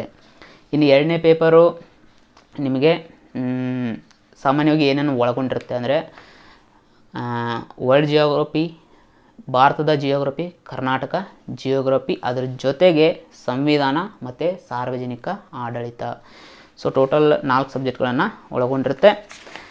ಸೊ ಅದರಲ್ಲಿ ಜಿಯೋಗ್ರಫಿ ನೀವು ಇಷ್ಟು ಓದುವಂಥ ಅವಶ್ಯಕತೆ ಏನಿಲ್ಲ. ಸೊ ಸೆಲೆಕ್ಟೆಡ್ ಟಾಪಿಕ್ಸ್ ಮಾತ್ರ ಕೊಟ್ಟಿದ್ದಾನೆ. ಸೊ ಸಿಲೆಬಸ್ ಪ್ರಕಾರ ಅದೇನು ಕೊಟ್ಟಿದ್ದಾನೆ ಅದನ್ನು ಮಾತ್ರ ನೀವು ಓದ್ತಾ ಹೋಗಬೇಕು. ಯಾಕಂದರೆ ಈಗ ಪ್ರಾದೇಶಿಕ ಭೂಗೋಳಶಾಸ್ತ್ರದ ಮೂಲ ತತ್ವಗಳು, ಸೊ ಅದರಲ್ಲಿ ಇಡೀ ಬುಕ್ಕನ್ನು ಓದೋಕ್ಕಾಗಲ್ಲ. ಅವ್ರು ಸಿಲೆಬಸ್ ಪ್ರಕಾರ ಏನು ಕೊಟ್ಟಿದ್ದಾರೆ ಅದರಲ್ಲಿ ಏನು ಜಾಸ್ತಿ ಚಾಪ್ಟರ್ಸ್ಗಳೇನಿಲ್ಲ, ಒಂದು 7-8 ಚಾಪ್ಟರ್ಗಳು ಮಾತ್ರ ಇದ್ದಾವೆ ಸೆಲೆಕ್ಟೆಡ್, ಅದನ್ನು ಮಾತ್ರ ನೀವು ತೊಗೊಂಡು ಓದಬೇಕಾಗುತ್ತೆ. ಅದೇ ರೀತಿ ಇಂಡಿಯನ್ ಜಿಯೋಗ್ರಫಿಯಲ್ಲಿ ಎಲ್ಲ ಓದೋ ಅವಶ್ಯಕತೆ ಇಲ್ಲ, ಸೆಲೆಕ್ಟೆಡ್ ಟಾಪಿಕ್ಸ್. ಅದೇ ರೀತಿ ಕರ್ನಾಟಕ ಜಿಯೋಗ್ರಫಿಯಲ್ಲೂ ಕೂಡ. ಸೊ ಆದರೆ ನೀವು ಮಾಡಬೇಕಾಗಿರೋದು ಏನಂದರೆ ಕರ್ನಾಟಕ ಜಿಯೋಗ್ರಫಿ. ಸೊ ಇದನ್ನು ನೀವು ಜಾಸ್ತಿ ಒತ್ತು ಕೊಟ್ಟು ಓದಬೇಕಾಗುತ್ತೆ. ಯಾಕಂದರೆ ನೀವು ಕರ್ನಾಟಕದಲ್ಲಿ KS ಅಧಿಕಾರಿ ಆಗೋರು, ಹೀಗಾಗಿ ಕರ್ನಾಟಕದ ಬಗ್ಗೆ ನೀವು ಹೆಚ್ಚಾಗಿ ತಿಳ್ಕೊಂಡಿರ್ಬೇಕಾಗುತ್ತೆ. ಓಕೆ, ವಿಶ್ವದ ಬಗ್ಗೆ ತಿಳ್ಕೊಂಡೇನಿ ಅನ್ನೋದಕ್ಕಿಂತ ಕರ್ನಾಟಕದ ಬಗ್ಗೆ ಹೆಚ್ಚಾಗಿ ತಿಳ್ಕೊಬೇಕಾಗುತ್ತೆ. ಯಾಕಂದರೆ ಈ ವರ್ಲ್ಡ್ ಜಿಯೋಗ್ರಫಿ, ಇಂಡಿಯನ್ ಜಿಯೋಗ್ರಫಿ ಮೇಲೆ ಪ್ರಶ್ನೆಗಳನ್ನು ಕೇಳುವಾಗ ಸೊ ಬುಕ್ಕಲ್ಲಿ ಇರುವಂಗೆ ನೇರವಾಗಿ ನೀವು ಪ್ರಶ್ನೆಗಳನ್ನು ಕೇಳ್ಬೋದು. ಬಟ್ ಕರ್ನಾಟಕ ಜಿಯೋಗ್ರಫಿ ಸಂಬಂಧಪಟ್ಟಂಥ ಪ್ರಶ್ನೆಗಳನ್ನು ಕೇಳಬೇಕಂದ್ರೆ ಬುಕ್ಕಲ್ಲಿರೋದನ್ನೇ ನೇರವಾಗಿ ಕೇಳಲ್ಲ. ಸೊ ಅದನ್ನು ಟ್ವಿಸ್ಟ್ ಮಾಡಿ ಸೊ ಕ್ವಶನ್ ಬಗ್ಗೆ ಇವರು ಯಾವ ಥರ ವಿಚಾರ ಮಾಡ್ತಾರೆ ಅನ್ನೋದನ್ನು ಕುರಿತು ಪ್ರಶ್ನೆಗಳನ್ನು ಕೇಳ್ತಾರೆ. ಹಾಗಾದರೆ ಕೆಲವೊಂದು ಪ್ರಶ್ನೆಗಳನ್ನು ನೋಡೋಣ. ಜಿಯೋಗ್ರಫಿಯಲ್ಲಿ ಯಾವ ಥರ ಕೇಳಿದ್ದಾರೆ ಅಂದರೆ, ಸೊ ಮಾನವನ ವಲಸೆ ನಿರಂತರವಾದದ್ದು. ಈ ಹೇಳಿಕೆಯನ್ನು ವಲಸೆಯ ವಿವಿಧ ಕಾರಣಗಳೊಂದಿಗೆ ವಿವರಿಸಿ. ಅಂದರೆ ವಲಸೆ ಬಗ್ಗೆ ಇಲ್ಲಿ ಕೇಳಿದ್ದಾರೆ. ಸೊ ಅಂದರೆ ಯಾವ ಕಾರಣಗಳಿಗಾಗಿ ಮನುಷ್ಯ ವಲಸೆಯನ್ನು ಕೈಗೊಳ್ಳುತ್ತಾನೆ ಒಂದು ಪ್ರದೇಶದಿಂದ ಇನ್ನೊಂದಕ್ಕೆ. ಸೊ ಅದರ ಬಗ್ಗೆ ನೀವು ಬರಿಬೋದು. ಅದೇ ರೀತಿ ಉಬ್ಬರವಿಳಿತದ ವಿಧಗಳು ಮತ್ತು ಅದರ ಕುರಿತು ಸಿದ್ಧಾಂತಗಳು, ಇದು ನಿಮಗೆ ವರ್ಲ್ಡ್ ಜಿಯೋಗ್ರಫಿಯಲ್ಲಿ ಬರುತ್ತೆ. ಅದೇ ರೀತಿ ಭಾರತದಲ್ಲಿ ಬಾಕ್ಸೈಟ್ ವಿತರಣೆ ಮತ್ತು ಉತ್ಪಾದನೆ. ಕರ್ನಾಟಕದಲ್ಲಿ ಭೂಬಳಕೆಯ ಕುರಿತು ವಿವರಿಸಿ. ಸೊ ನೋಡಿ, ಈ ಪ್ರಶ್ನೆಯನ್ನು ನೀವು ವಿಚಾರ ಮಾಡಿ ಬರೀಬೇಕಾಗುತ್ತೆ. ಓಕೆ, ಭಾರತದ ಕೈಗಾರಿಕಾ ಪ್ರದೇಶಗಳ ಪಟ್ಟಿ ಮಾಡಿ ಮತ್ತು ವಿವರಿಸಿ. ಕರ್ನಾಟಕದಲ್ಲಿ ಸಾರಿಗೆ ವ್ಯವಸ್ಥೆಯ ಮಹತ್ವವನ್ನು ಕುರಿತು ವಿವರಿಸಿ. ಭಾರತದಲ್ಲಿ ಮಾನ್ಸೂನ್ ಮಾರುತಗಳ ಸಂಯೋಜನೆಯನ್ನು ಕುರಿತು ವಿವರಿಸಿ. ಇನ್ನು ಸಂವಿಧಾನಕ್ಕೆ ಸಂಬಂಧಪಟ್ಟಂತೆ ಸಾರ್ವಜನಿಕ ಹಿತಾಸಕ್ತಿ ವ್ಯಾಜ್ಯಗಳ ಪರಿಕಲ್ಪನೆಯನ್ನು ವಿವರಿಸಿ. ಸಂವಿಧಾನದ ಯಾವುದೇ ಭಾಗವನ್ನು ತಿದ್ದುಪಡಿ ಮಾಡುವಲ್ಲಿನ ಮಿತಿಗಳನ್ನು ಪರೀಕ್ಷಿಸಿ. ಸೊ ನೀವು ಕ್ವಶನ್ಗಳನ್ನು ನೋಡ್ತಾ ಹೋಗ್ಬೋದು. ನಿಮಗೆ ಕ್ವಶನ್ಗಳು ಯಾರಾದರೂ ನಿಮಗೆ ಸಿಗ್ತವೆ. ಆದರೆ ಕೆಲವೊಂದು ಕ್ವಶನ್ಗಳನ್ನು ನಾನು ನಿಮಗೆ ಹೇಳೋಕ್ಕೆ ಇಷ್ಟಪಡ್ತೀನಿ ಸಂವಿಧಾನ ಕುರಿತು. ಯಾಕಂದರೆ ನೀವು ಸಂವಿಧಾನ ಬುಕ್ಸಲ್ಲಿ ನೀವು ಓದ್ಬೋದು. ಸೊ ಬುಕ್ಸ್ ರಿಲೇಟೆಡ್ ನಿಮಗೆ ಪ್ರಶ್ನೆಗಳು ಕೂಡ ಬರ್ಬೋದು.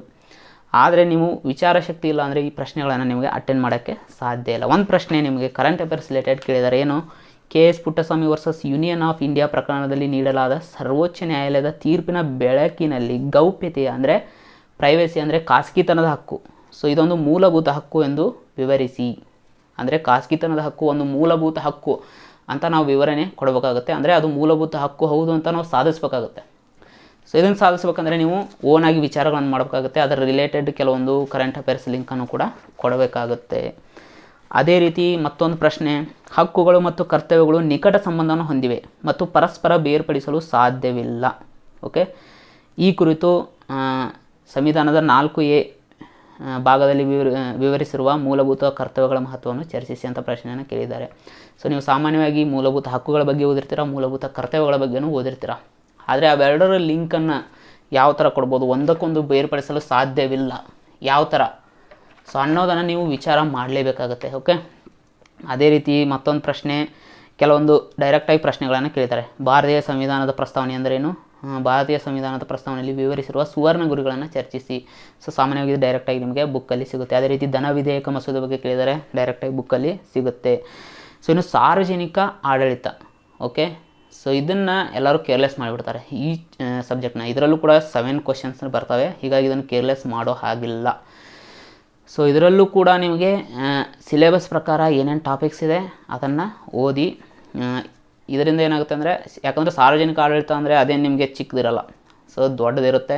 ಅದರಲ್ಲಿ ನೀವು ಟಾಪಿಕ್ ವೈಸ್ ಸಿಲೆಬಸ್ ವೈಸ್ ಏನು ಕೊಟ್ಟಿದ್ದಾರೆ ಅದ್ರ ಪ್ರಕಾರ ಓದಿದರೆ ನಿಮ್ಗೆ ಅದು ಈಸಿ ಆಗುತ್ತೆ. ಓಕೆ, ಆದಲ್ಲದೆ ನೀವು ಎಕ್ಸಾಮ್ ಬಂದಾಗ ಇದ್ರ ಬಗ್ಗೆ ಓದ್ತೀನಿ, ಎಕ್ಸಾಮ್ ಇನ್ನೇನು ಇದ್ದಾಗ ಸುಮ್ಮನೆ ನೋಡ್ಕೊಂಡು ಹೋಗಿ ಬರಿತೀನಿ ಅಂದರೆ ಇವೆಲ್ಲ ಬರೆಯೋಕ್ಕೆ ಸಾಧ್ಯ ಇಲ್ಲ. ನೀವು ಇದ್ರ ಕುರಿತು ಪ್ರಿಪ್ರೇಷನನ್ನು ಮಾಡಲೇಬೇಕಾಗುತ್ತೆ. ಸೊ ಕೆಲವೊಂದು ಸಾರ್ವಜನಿಕ ಆಡಳಿತಕ್ಕೆ ಸಂಬಂಧಪಟ್ಟಂಥ ಪ್ರಶ್ನೆಗಳು, ಸೊ ಇದನ್ನು ಓದೋದರಿಂದ ನಿಮಗೆ ಹೆಲ್ಪ್ ಆಗುತ್ತೆ, ಸಂವಿಧಾನಕ್ಕೂ ಕೂಡ ಹೆಲ್ಪ್ ಆಗುತ್ತೆ. ಕೆಲವೊಮ್ಮೆ ಎಕನಾಮಿಕ್ಸಲ್ಲೂ ಇದರ ರಿಲೇಟೆಡ್ ಪ್ರಶ್ನೆಗಳು ಬರುವಂಥ ಇದೆ. ಅದೇ ರೀತಿ ಸಾರ್ವಜನಿಕ ಅಂದರೆ ಅಂತಾರಾಷ್ಟ್ರೀಯ ಸಂಬಂಧಗಳ ಕುರಿತು ಕೂಡ ಪ್ರಶ್ನೆಗಳು ಬರ್ತವೆ. ಹೀಗಾಗಿ ನಿಮಗೆ ಪ್ರತಿಯೊಂದು ಸಬ್ಜೆಕ್ಟ್ಗೂ ಈ ಸಾರ್ವಜನಿಕ ಆಡಳಿತ ಅನ್ನೋದು ಮೋಸ್ಟ್ ಹೆಲ್ಪ್ಫುಲ್. ಓಕೆ, ಅದಲ್ಲದೆ ನಿಮಗೆ ಎಥಿಕ್ಸ್ ಆ್ಯಂಡ್ ಇಂಟಿಗ್ರಿಟಿ, ಸೊ ಅದರಲ್ಲೂ ಕೂಡ ನಿಮಗೆ ಈ ಸಾರ್ವಜನಿಕ ಆಡಳಿತ ರಿಲೇಟೆಡ್ ಪ್ರಶ್ನೆಗಳು ಬರುವ ಸಾಧ್ಯತೆ ಇದೆ. ಹೀಗಾಗಿ ನೀವು ಸಾರ್ವಜನಿಕ ಆಡಳಿತ ಇದನ್ನು ನೀವು ಒಟ್ಟೆ ಕೇರ್ಲೆಸ್ ಮಾಡೋಕ್ಕೆ ಹೋಗಬೇಡಿ. ಕೆಲವೊಂದು ಪ್ರಶ್ನೆಗಳು ನಿಮಗೆ ಎಕ್ಸಾಂಪಲಾಗಿ ಹೇಳ್ತೀನಿ. ವಿಶ್ವಸಂಸ್ಥೆಯ ಸಾಮಾನ್ಯ ಸಭೆ ಜಗತ್ತಿನ ಸಂಸತ್ತಿನಂತಿದೆ. ಈ ಹಿನ್ನೆಲೆಯಲ್ಲಿ ಸಾಮಾನ್ಯ ಸಭೆಯ ಅಧಿಕಾರ ಮತ್ತು ಕಾರ್ಯಗಳನ್ನು ಪರಿಶೀಲಿಸಿ. ಓಕೆ, ಸೊ ನಾವು ವಿಶ್ವಸಂಸ್ಥೆ ಬಗ್ಗೆ ಕೇಳಿರ್ತೀವಿ, ಯಾವಾಗ ಸ್ಥಾಪನೆ ಆಯಿತು, ಅದರಲ್ಲಿರುವಂಥ 6 ಅಂಗಗಳು, ಅದನ್ನೆಲ್ಲ ನಾವು ಅಷ್ಟೇ ನೋಡ್ಕೊಂಡಿರ್ತೀವಿ, ಹೌದಾ. ಕಾರ್ಯಗಳನ್ನು ಕೂಡ ಓದಿರ್ತೀವಿ, ಸಾಮಾನ್ಯ ಸಭೆಯ ಕಾರ್ಯಗಳು ಏನೇನು ಅಂತ. ಆದರೆ ಅವರು ಏನು ಕೇಳಿದ್ದಾರೆ, ವಿಶ್ವಸಂಸ್ಥೆಯ ಸಾಮಾನ್ಯ ಸಭೆ ಜಗತ್ತಿನ ಸಂಸತ್ತಿನಂತಿದೆ. ಆ ಕಾರ್ಯಗಳನ್ನು ಆಧಾರವಾಗಿ ಇಟ್ಕೊಂಡು ಅದೊಂದು ಜಗತ್ತಿನ ಸಂಸತ್ತು ಅನ್ನೋದನ್ನು ನಾವು ಇಲ್ಲಿ ನಮ್ಮ ಆನ್ಸರಲ್ಲಿ ಪ್ರೂವ್ ಮಾಡಬೇಕಾಗುತ್ತೆ. ಅದೇ ರೀತಿ ಸಾರ್ಕ್ ಸಂಘಟನೆಯ ಗುರಿ ಮತ್ತು ಉದ್ದೇಶಗಳ ಸಾಧನೆಯಲ್ಲಿ ಭಾರತದ ಪಾತ್ರವನ್ನು ಕುರಿತು ವಿವರಿಸಿ. ಸೊ ಮೋಸ್ಟ್ ಇಂಪಾರ್ಟೆಂಟ್ ಪ್ರಶ್ನೆ. ಸೊ ಕರೆಂಟ್ ಅಫೇರ್ಸ್ಗೆ ಸಂಬಂಧಪಟ್ಟಿದ್ದು ಅಂತಾರಾಷ್ಟ್ರೀಯ ಸಂಬಂಧಗಳಲ್ಲಿ ಇದು ಬರುತ್ತೆ. ಓಕೆ, ಸೊ ಇಲ್ಲಿ ನಾವು ಸಾರ್ಕ್ ಸಂಘಟನೆಯ ಸ್ಥಾಪನೆ ಅದ್ರ ಬಗ್ಗೆ ಎಲ್ಲ ಓದಿರ್ತೀವಿ. ಸಾಮಾನ್ಯವಾಗಿ ಯಾವ್ಯಾವ ರಾಷ್ಟ್ರಗಳು ಬರ್ತಾವೋ ಅದನ್ನು ಕೂಡ ಓದಿಬಿಟ್ಟಿರ್ತೀವಿ. ಆದರೆ ಅದರ ಗುರಿ ಉದ್ದೇಶಗಳೇನು ಅದನ್ನು ಕೂಡ ಕೆಲವೊಬ್ಬರು ಓದಿರ್ತಾರೆ. ಅದನ್ನು ಸಾಧಿಸುವಲ್ಲಿ ಭಾರತದ ಪಾತ್ರ ಏನು, ಸೊ ಇದನ್ನು ನೀವು ವಿಚಾರ ಮಾಡುವಂಥ ಅಂದರೆ ಕರೆಂಟ್ ಅಫೇರ್ಸ್ ಅಂದರೆ ಸಾರ್ಕ್ ಸಂಸ್ಥೆ ಸ್ಥಾಪನೆ ಆದಾಗಿಂದ ಭಾರತ ಅದರಲ್ಲಿ ಯಾವ ರೀತಿ ಸಕ್ರಿಯವಾಗಿ ಭಾಗವಹಿಸಿದೆ, ಏನೇನೋ ಬದಲಾವಣೆಗಳನ್ನು ತನ್ನ ಮೂಲಕ ತಂದಿದೆ ಅನ್ನೋದನ್ನು ನೀವಿಲ್ಲಿ ನಿರೂಪಿಸಬೇಕಾಗುತ್ತೆ. ಓಕೆ, ಅದೇ ರೀತಿ ನೂತನ ಸಾರ್ವಜನಿಕ ನಿರ್ವಹಣೆಯ ತಿರುಳಿನ ವಿಶೇಷ ಲಕ್ಷಣ. ಸೊ ಇದು ಸಾರ್ವಜನಿಕ ಆಡಳಿತಕ್ಕೆ ಸಂಬಂಧಪಟ್ಟಂತೆ ಆಡಳಿತ ಮತ್ತು ನಿರ್ವಹಣೆಗಳ ಮಧ್ಯೆ ಇರುವಂಥ ವ್ಯತ್ಯಾಸಗಳು. ಸೊ ಮತ್ತು ಕಾನೂನು ಮತ್ತು ಕಟ್ಟಳೆಯನ್ನು ಕಾಪಾಡುವಲ್ಲಿ ಕೇಂದ್ರ ಏಜೆನ್ಸಿಗಳ ಪಾತ್ರ ಏನು. ಕೇಂದ್ರ ಏಜೆನ್ಸಿಗಳಂದರೆ ಈ ಗೃಹ ಇಲಾಖೆ, CRPF, central industrial security force ಮತ್ತು BSF ಇವೆಲ್ಲ ಕೇಂದ್ರ ಏಜೆನ್ಸಿಗಳಲ್ಲಿ ಬರ್ತವೆ. ಸೊ ಇದರ ಕುರಿತು ಅವು ಕಾನೂನು ಮತ್ತು ಕಟ್ಟಳೆಗಳನ್ನು ಕಾಪಾಡುವಲ್ಲಿ ಯಾವ ರೀತಿ ಸಹಾಯಕ ಆಗುತ್ತೆ ಅಂತ ನೀವು ಬರೀಬೇಕಾಗುತ್ತೆ. ಸೊ ಇನ್ನೊಂದು ನಿಮಗೆ ಹೇಳೋಕ್ಕೆ ಇಷ್ಟಪಡ್ತೀನಿ, ಜಿಯೋಗ್ರಫಿ. ಸೊ ಜಿಯೋಗ್ರಫಿನ ನೀವು ಕಂಪಲ್ಸರಿಯಾಗಿ ರಂಗನಾಥ್ ಅವರ ಬುಕ್ಕನ್ನೇ ಓದಬೇಕು. ಯಾಕಂದರೆ ಎಷ್ಟೋ ಕ್ವಶನ್ಗಳು ಎಕನಾಮಿಕ್ಸಿಗೆ ಸಂಬಂಧಪಟ್ಟಿದ್ದಾಗಿರ್ಬೋದು, ಕೆಲವೊಮ್ಮೆ ಕರೆಂಟ್ ಅಫೇರ್ಸ್ಗೆ ಸಂಬಂಧಪಟ್ಟಂಗಾಗಿರ್ಬೋದು. ಸೊ ಜಿಯೋಗ್ರಫಿ ಇವೆಲ್ಲವೂ ಕೂಡ ಕೆಲವೊಮ್ಮೆ ಸಂವಿಧಾನಕ್ಕೂ ಕೂಡ ಸಂಬಂಧಪಟ್ಟಿರುವಂಥ ಕ್ವಶನ್ಗಳು ನಿಮಗೆ ಜಿಯೋಗ್ರಫಿ ರಂಗನಾಥ್ ಅವ್ರ ಬುಕ್ಕಿಂದ ಬರ್ತವೆ. ಸೊ ಹಾಗಾಗಿ ರಂಗನಾಥ್ ಬುಕ್ ಏನಿದೆ, ಪ್ರಾದೇಶಿಕ ಭೂಗೋಳಶಾಸ್ತ್ರದ ಮೂಲತತ್ವ, ಕರ್ನಾಟಕದ ಜಿಯೋಗ್ರಫಿ, ಭಾರತದ ಜಿಯೋಗ್ರಫಿ ಇವೆಲ್ಲ ಏನಿದಾವೆ, ನೀವು ದಯವಿಟ್ಟು ರಂಗನಾಥ್ ಬುಕ್ ಬಿಟ್ಟು ಬೇರೆ ಯಾವುದೇ ಬುಕ್ಕನ್ನು ಓದೋಕ್ಕೆ ಹೋಗಲೇಬೇಡಿ. ಇದು ನನ್ನ ಪರ್ಸ್ನಲ್ ಎಕ್ಸ್ಪೀರಿಯನ್ಸ್ ಪ್ರಕಾರ ನಾನು ಹೇಳ್ತಾ ಇದ್ದೀನಿ. ಯಾಕಂದರೆ ಈ ಬಾರಿ ಎಷ್ಟೋ ಪ್ರಶ್ನೆಗಳು ಆ ಬುಕ್ಸಿಂದನೇ ಬಂದಿದ್ದಾವೆ. ಓಕೆ, ಇನ್ನು ಮೂರನೇ ಪೇಪರ್. ಸೊ ವಿಜ್ಞಾನ ಮತ್ತು ತಂತ್ರಜ್ಞಾನ. ಸೊ ಇದ್ರ ಬಗ್ಗೆ ನಾನು ವಿಶೇಷವಾಗಿ ನಿಮಗೆ ಹೇಳಲೇಬೇಕಾಗತ್ತೆ. ಯಾಕಂದರೆ ವಿಜ್ಞಾನ ಮತ್ತು ತಂತ್ರಜ್ಞಾನದ ಕುರಿತು ನಿಮಗೆ ಸ್ಪೆಷಲಾಗಿ ಕನ್ನಡ ಮೀಡಿಯಮ್ ಏನಾದರೂ ನೀವು ಬರೆಯೋರಿದ್ದರೆ ನಿಮಗೆ ಚೆನ್ನಾಗಿರೋ ಬುಕ್ಸ್ ಸಿಗೋಕ್ಕೆ ಸಾಧ್ಯನೇ ಇಲ್ಲ. ಓಕೆ, ಸೊ ಅದಲ್ಲದೆ ಇದು ನಿಮಗೆ ಕರೆಂಟ್ ಅಫೇರ್ಸ್ ಟಾಪಿಕ್ ಮೇಲೆ ಹೆಚ್ಚಾಗಿ ಕೇಂದ್ರಿತ ಆಗೋದ್ರಿಂದ ನೀವಿಲ್ಲಿ ಸೆಲ್ಫ್ ಸ್ಟಡಿ ಮಾಡಲೇಬೇಕಾಗುತ್ತೆ. ಸೊ ಈ ಕುರಿತು ನೀವು ಸ್ಪೆಷಲ್ಲಾಗಿ ನೋಟ್ಸ್ಗಳನ್ನು ಪ್ರಿಪೇರ್ ಮಾಡಬೇಕಾಗುತ್ತೆ. ಓಕೆ, ಅದಲ್ಲದೆ ನೀವು ಬೇರೆಯವ್ರ ನೋಟ್ಸ್ ಓದ್ತೀರಾ ಅಂದರೆ ಸೊ ಅಲ್ಲಿ ಉತ್ತರಗಳನ್ನು ಬರೆಯೋ ಟೈಮಲ್ಲಿ ನಿಮ್ಮ ಎಕ್ಸ್ಪೀರಿಯೆನ್ಸ್ ನಿಮಗೆ ಹೆಲ್ಪ್ ಆಗೋಲ್ಲ. ಯಾಕಂದರೆ ಬೇರೆಯವ್ರ ಎಕ್ಸ್ಪೀರಿಯೆನ್ಸ್ ಯಾವತ್ತೂ ನಮಗೆ ಹೆಲ್ಪ್ ಆಗೋಲ್ಲ, ಜಾಸ್ತಿ ಹೆಲ್ಪ್ ಆಗೋಲ್ಲ. ನಾವೇನು ಅನುಭವಗಳನ್ನು ಪಟ್ಟಿರ್ತೀವಿ ಅದು ನಮಗೆ ಎಕ್ಸಾಮ್ ಟೈಮಲ್ಲಿ ಹೆಲ್ಪ್ ಆಗುತ್ತೆ. ಸೊ ಹೀಗಾಗಿ ಇದರ ಕುರಿತು ಸಿಲೆಬಸ್ಗಳು ಏನೇನಿದೆ ಇದಕ್ಕೆ ಎಷ್ಟು ಓದಿದರೂ ಕಡಿಮೆನೇ ಆ್ಯಕ್ಚುಲಿ. ಯಾಕಂದರೆ ಸಿಲೆಬಸ್ಸನ್ನು ಕೊಟ್ಬಿಟ್ಟಿರ್ತಾನೆ. ಸೊ ಭಾರತದ ತಂತ್ರಜ್ಞಾನದಲ್ಲಿ ಇತ್ತೀಚಿನ ಬೆಳವಣಿಗೆಗಳು ಅಂತ ಎಷ್ಟೋ ಬೆಳವಣಿಗೆಗಳಾಗಿರ್ತವೆ. ಓಕೆ, ಹೀಗಾಗಿ ಅವನ್ನೆಲ್ಲ ನಾವು ಕವರ್ ಮಾಡಬೇಕಾಗುತ್ತೆ. ಅದೇ ರೀತಿ ವಿಜ್ಞಾನ ಮತ್ತು ತಂತ್ರಜ್ಞಾನವು ಭಾರತದ ವಿವಿಧ ಕ್ಷೇತ್ರಗಳಲ್ಲಿ ಯಾವ ಥರ ಅಭಿವೃದ್ಧಿಗೆ ಸಹಾಯಕವಿದೆ, ಅಂದರೆ ಕೃಷಿಗೆ ಯಾವ ಥರ ಆಗಿದೆ, ಆಡಳಿತದಲ್ಲಿ ಯಾವ ಥರ ಆಗಿದೆ, ಜನರ ಜೀವನ ಮಟ್ಟ ಸುಧಾರಣೆ ಮಾಡೋದರಲ್ಲಿ ಯಾವ ಥರ ಆಗಿದೆ. ಸೊ ಈ ಥರ ವಿವಿಧ ಅಂಶಗಳು ಇರ್ತವೆ. ಸೊ ಅದ್ರ ಕುರಿತು ನಾವೆಲ್ಲ ಕ್ಲೀನಾಗಿ ಓದ್ಕೋಬೇಕಾಗಿರುತ್ತೆ. ಓಕೆ, ಹೀಗಾಗಿ ಈ ಸಬ್ಜೆಕ್ಟ್ ಸ್ಪೆಷಲಾಗಿ ನೀವು ಓನಾಗಿ ಎಷ್ಟು ಸ್ಟಡಿ ಮಾಡ್ತೀರಾ ಅಷ್ಟು ನಿಮಗೆ ಎಕ್ಸಾಮಲ್ಲಿ ಹೆಲ್ಪ್ ಆಗುತ್ತೆ. ಹಾಗಾದರೆ ಇದರಲ್ಲೂ ಕೂಡ ಯಾವ ಥರ ಪ್ರಶ್ನೆಗಳನ್ನು ಕೇಳ್ಬೋದು ಅಂತ ನೀವು ನೋಡ್ಬೋದು. ಓಕೆ, ಸಾಮಾನ್ಯವಾಗಿ ಇದರಲ್ಲೂ ಕೂಡ ಈ ಸಮಸ್ಯೆಗಳು ಮತ್ತು ಅದಕ್ಕಿರುವಂಥ ಕ್ರಮಗಳು, ಈ ಸಮಸ್ಯೆಗಳನ್ನು ನಿವಾರಿಸುವಲ್ಲಿ ವಿಜ್ಞಾನ ಮತ್ತು ತಂತ್ರಜ್ಞಾನ ಯಾವ ಥರ ಜನರಿಗೆ ಹೆಲ್ಪ್ ಆಗುತ್ತೆ ಅಥವಾ ಸರ್ಕಾರದ ಆಡಳಿತದಲ್ಲಿ ಯಾವ ಥರ ಹೆಲ್ಪ್ ಆಗುತ್ತೆ, ಈ ಕುರಿತೇ ಪ್ರಶ್ನೆಗಳು ನಿಮಗೆ ಇರ್ತವೆ. ಅದಲ್ಲದೆ ಪರಿಸರ ಸಮಸ್ಯೆಗಳಿಗೂ ಸಂಬಂಧಪಟ್ಟಂಥ ಪ್ರಶ್ನೆಗಳು ಇರ್ತವೆ. ಅಂದರೆ ಒಟ್ಟಿನಲ್ಲಿ ಸಮಸ್ಯೆಗಳು. ಸೊ ಜಗತ್ತು ಪ್ರಸ್ತುತವಾಗಿ ಏನೇನು ಸಮಸ್ಯೆಗಳನ್ನು ಎದುರಿಸ್ತಾ ಇದೆ, ಸೊ ಅದರ ಬಗ್ಗೆ ನೀವು ಕಂಪಲ್ಸರಿಯಾಗಿ ತಿಳ್ಕೊಳ್ಳೇಬೇಕು. ಓಕೆ, ಹಾಗಾದರೆ ಕೆಲವೊಂದು ಪ್ರಶ್ನೆಗಳನ್ನು ನೋಡ್ತಾ ಹೋಗೋಣ. ಸೊ ಮೊದಲನೇ ಪ್ರಶ್ನೆ ಏನು ಕೇಳಿದರೆ, ರೈತರ ಉತ್ಪಾದಕತೆ ಮತ್ತು ಆದಾಯದ ಹೆಚ್ಚಳಿಕೆಯಲ್ಲಿ ವಿಜ್ಞಾನ ಮತ್ತು ತಂತ್ರಜ್ಞಾನವು ಅವರಿಗೆ ಸಹಾಯಕ ಆಗಿದೆ. ಸೊ ಅದನ್ನು ಚರ್ಚಿಸಿ. ಅದಲ್ಲದೆ ವ್ಯಾಪಾರ ವ್ಯವಹಾರಗಳಲ್ಲಿ ಬಿಗ್ ಡೇಟಾದ ಪರಿಣಾಮವನ್ನು ವಿವರಿಸಿ. ಡಿಜಿಟಲ್ ಡಿವೈಡ್ ಎಂದರೇನು, ಸೊ ಅದರ ಬಗ್ಗೆ ಕೇಳಿದ್ದಾರೆ. ರೈಲ್ ವೈರ್ ವೈಫೈ ಮತ್ತು ರೈಲ್ ಟೈಲ್, ಸೊ ಇದರ ಕುರಿತು ಬರೆಯಿರಿ. ಅದಲ್ಲದೆ ಪರಿಸರ ಮಾಲಿನ್ಯವನ್ನು ನಿಯಂತ್ರಿಸಲು ಸರ್ಕಾರ ಕೈಗೊಂಡಿರುವ ಕ್ರಮಗಳು. ಭಾರತದಲ್ಲಿ ಹೊಸ ಮತ್ತು ನವೀಕರಿಸಬಹುದಾದ ಇಂಧನ ಅಭಿವೃದ್ಧಿ. ಅದಲ್ಲದೆ ವಿಪತ್ತು ಎಂದರೇನು, ಸೊ ನ್ಯಾಚುರಲ್ ಡಿಸಾಸ್ಟರ್ ಮತ್ತು ಮ್ಯಾನ್ಮೇಡ್ ಡಿಸಾಸ್ಟರ್, ಇದರ ಕುರಿತು ನೀವು ಓದಬೇಕಾಗುತ್ತೆ. ಅದರಲ್ಲದೆ ಲಸಿಕೆಗಳ ಬಗ್ಗೆ ಕೂಡ ಕೇಳಿದಾನೆ. ಲಸಿಕೆಗಳು ಎಂದರೇನು ಅಂತ, DNA ಲಸಿಕೆಗಳಿಂದ ಆಗುವ ಅನುಕೂಲಗಳು ಹಾಗೂ ಅನಾನುಕೂಲಗಳು ಯಾವುವು. ಅದೇ ರೀತಿ ನೀಲಿ ಕ್ರಾಂತಿ ಎಂದರೇನು, ಸೊ ಓಕೆ, ಹಸಿರು ಕ್ರಾಂತಿ ಬಗ್ಗೆ ಆಲ್ರೆಡಿ ಎಕನಾಮಿಕ್ಸಲ್ಲಿ ಪ್ರಶ್ನೆಯನ್ನು ಕೇಳಿದ್ದಾನೆ ಇದೇ ಬಾರಿ. ಅದೇ ರೀತಿ ನೀಲಿ ಕ್ರಾಂತಿ. ಸೊ ಅಂದರೆ ಇದು ಕೂಡ ಸಮಾಜದಲ್ಲಿ ಚೇಂಜಸನ್ನು ತರೋದು, ರೈತರ ಅಭಿವೃದ್ಧಿ ಪ್ರಮುಖವಾಗಿ. ಓಕೆ, ಈ ರೈತರ ಅಭಿವೃದ್ಧಿ ಏನಿದೆ ಸೊ ಅದರ ಕುರಿತು ಎಲ್ಲ ಆಯಾಮಗಳಲ್ಲೂ ನೀವು ಸ್ಟಡಿ ಮಾಡಿರಲೇಬೇಕು. ಯಾಕಂದರೆ ಪಕ್ಕಾ ಪ್ರಶ್ನೆಗಳು ಬರ್ತವೆ, ರೈತರ ಸಮಸ್ಯೆಗಳು ಮತ್ತು ಅದರ ಕ್ರಮಗಳು.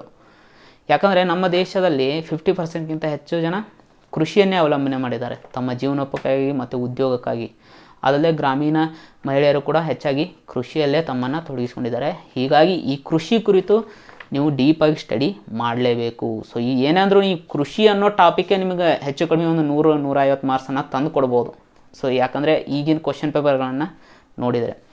ಸೊ ಗ್ರಾಮೀಣ ಕರ್ನಾಟಕದಲ್ಲಿ ಆರ್ಥಿಕ ಸಬಲೀಕರಣಕ್ಕೆ ಕರ್ನಾಟಕ ಮಿಲ್ಕ್ ಫೆಡರೇಷನ್ ಅಂದರೆ KMF ಅಂತ ಏನು ಕರಿತೀವಿ ಅದರ ಬಗ್ಗೆ ಒಂದು ಪ್ರಶ್ನೆಯನ್ನು ಕೇಳಿದ್ದಾರೆ. ನೀವು ಯಾವುದೇ ಬುಕ್ಕಲ್ಲೂ ಕೂಡ ಇದು ಓದಿದರೆ ಸಿಗಲ್ಲ. ಸೊ ನೀವು ಕರೆಂಟ್ ಅಫೇರ್ಸ್ ಲಿಂಕ್ ಮೂಲಕ ಇದ್ರ ಬಗ್ಗೆ ನೀವು ಓದಬೇಕಾಗುತ್ತೆ. ಓಕೆ, ಅದಲ್ಲದೆ ಭಾರತದ ಆರ್ಥಿಕತೆಯಲ್ಲಿ ಕೃಷಿಯ ಮಹತ್ವವನ್ನು ಸಂಕ್ಷಿಪ್ತವಾಗಿ ವಿವರಿಸಿ, ಕೃಷಿ ಬೆಲೆ ಸ್ಥಿರೀಕರಣದ ವಿಧಾನಗಳನ್ನು ಉಲ್ಲೇಖಿಸಿ. ಓಕೆ, ಅಂದರೆ MSP ಮಿನಿಮಮ್ ಸಪೋರ್ಟ್ ಪ್ರೈಸ್, ಕನಿಷ್ಠ ಬೆಂಬಲ ಬೆಲೆ ಅಂತ ಏನು ಕರಿತೀವಿ ಅದರ ಬಗ್ಗೆ ಪ್ರಶ್ನೆಯನ್ನು ಕೇಳಿದ್ದಾರೆ. ಜಲಾನಯನ ಎಂದರೇನು, ನೈಸರ್ಗಿಕ ಸಂಪನ್ಮೂಲಗಳ ರಕ್ಷಣೆಯಲ್ಲಿ ಜಲಾನಯನದ ಮಹತ್ವವನ್ನು ವಿವರಿಸಿ, ಅಂದರೆ ವಾಟರ್ ಶೆಡ್. ಸೊ ಅದರ ಯಾವ ರೀತಿ ಸಹಾಯಕ ಆಗುತ್ತೆ ಅಭಿವೃದ್ಧಿಯಲ್ಲಿ. ಸೊ ಇವೆಲ್ಲವೂ ಕೂಡ ನಿಮ್ಗೆ ಏನಂದರೆ ಕೃಷಿಗೆ ಲಿಂಕ್ ಹೋಗ್ತವೆ. ಇನ್ನೊಂದು ಪ್ರಶ್ನೆ, ಸೂಕ್ತ ಉದಾಹರಣೆಗಳೊಂದಿಗೆ ಗೊಬ್ಬರ ಮತ್ತು ರಸಗೊಬ್ಬರಗಳ ನಡುವಿನ ವ್ಯತ್ಯಾಸವನ್ನು ವಿವರಿಸಿ. ಓಕೆ, ನಾವೆಲ್ಲರೂ ಗೊಬ್ಬರ ಅಂತ ಓದಿರ್ತೀವಿ, ರಸಗೊಬ್ಬರ ಅಂತ ಓದಿರ್ತೀವಿ, ಅದ್ರ ಬಗ್ಗೆ ಏನಂತ ಡಿಫ್ರೆನ್ಸನ್ನು ತಿಳ್ಕೊಳಕ್ಕೆ ಹೋಗಿರಲ್ಲ. ಓಕೆ, ಅದೇ ರೀತಿ ಪುರಸಭೆಯ ತ್ಯಾಜ್ಯ ನೀರಿನ ಸಂಸ್ಕರಣಾ ವಿಧಾನಗಳಿಗಾಗಿ ಮಾಡಬಹುದಾದ ಸಾಂಪ್ರದಾಯಿಕ ವಿಧಾನಗಳನ್ನು ವಿವರಿಸಿ. ಸೊ ಅಂದರೆ ಪುರಸಭೆಯ ತ್ಯಾಜ್ಯ. ಇನ್ನೊಂದೇನೆಂದರೆ ಟಾಪಿಕ್ಕು ನಗರ ಸಮಸ್ಯೆಗಳು. ಯಾಕಂದರೆ ಬರ್ತಾ ಬರ್ತಾ ನಗರೀಕರಣ ಹೆಚ್ಚಾಗ್ತಾ ಇದೆ. ಸೊ ಅದಕ್ಕೆ ಸಂಬಂಧಪಟ್ಟಂಥ ಒಂದು 2-3 ಪ್ರಶ್ನೆಗಳಂತೂ ಕಂಪಲ್ಸರಿ ಇದ್ದೇ ಇರ್ತವೆ. ಸೊ ಅದರ ಸಮಸ್ಯೆಗಳು, ಅದರ ನಿವಾರಣೆ ಕ್ರಮಗಳನ್ನು ಕೂಡ ನೀವು ತಿಳ್ಕೊಂಡಿರಲೇಬೇಕಾಗುತ್ತೆ. ಇನ್ನು ಪರಿಸರ ಮಾಲಿನ್ಯಕ್ಕೆ ಸಂಬಂಧಪಟ್ಟಂತೆ ಪ್ರಾಥಮಿಕ ಮತ್ತು ದ್ವಿತೀಯ ಹಂತದ ವಾಯು ಮಾಲಿನ್ಯಕಾರಕಗಳು ಯಾವುವು, ವಾಯು ಮಾಲಿನ್ಯದ ಬಗ್ಗೆ ಕೇಳ್ಬೋದು. ಜಲ ಮಾಲಿನ್ಯದ ಬಗ್ಗೆನೂ ಪ್ರಶ್ನೆ ಕೇಳಿದ್ದಾರೆ. ಜೈವಿಕ ಆಮ್ಲಜನಕದ ಬೇಡಿಕೆ ಅಂದರೆ ಬಯೋಲಜಿಕಲ್ ಆಕ್ಸಿಜನ್ ಡಿಮ್ಯಾಂಡ್. ಸೊ ಅಂದರೆ ಏನು, ಅದನ್ನು ವ್ಯಾಖ್ಯಾನಿಸಿ ಅದರ ಪ್ರಾಮುಖ್ಯತೆಯನ್ನು ಬರೀರಿ. ಇದು ಜಲ ಮಾಲಿನ್ಯಕ್ಕೆ ಸಂಬಂಧಪಟ್ಟಿದ್ದು. ಅದೇ ರೀತಿ ಕೀ ಸ್ಟೋನ್ ಪ್ರಭೇದ. ಸೊ ಅಂದರೆ ಪ್ರಮುಖವಾಗಿರುವಂಥ ಪ್ರಭೇದಗಳು ಪರಿಸರದಲ್ಲಿ ಇರ್ತವೆ. ಆ ಪ್ರಭೇದಗಳು ಏನಾದರೂ ಇಲ್ಲ ಅಂದರೆ ಇಡೀ ಪರಿಸರದ ಸಮತೋಲನ ತಪ್ಪುವಂಥ ಸಾಧ್ಯತೆ ಇರುತ್ತೆ. ಅವಕ್ಕೆ ನಾವು ಕೀ ಸ್ಟೋನ್ ಸ್ಪೀಸಸ್ ಅಂತ ಕರಿತೀವಿ. ಸೊ ಅದರ ಕುರಿತು ಪ್ರಶ್ನೆಗಳು ಅಂದರೆ ಪರಿಸರಕ್ಕೆ ಸಂಬಂಧಪಟ್ಟಂಥ ಪ್ರಶ್ನೆಗಳು ಕಂಪಲ್ಸರಿ. ಓಕೆ, ಅದೇ ರೀತಿ ಬೌದ್ಧಿಕ ಆಸ್ತಿ ಹಕ್ಕುಗಳು ಯಾವುವು ಅಂದರೆ ಇದು ಜ್ಞಾನ ಸಮಾಜ ಅಂತ ಕರಿತೀವಿ. ಅಂದರೆ ಮನುಷ್ಯನ ಜ್ಞಾನಕ್ಕೆ ಸಂಬಂಧಪಟ್ಟಂಥ ಒಂದು ಚಾಪ್ಟರ್ ಕೂಡ ಸಿಲೆಬಸ್ಸಲ್ಲಿ ಇದೆ.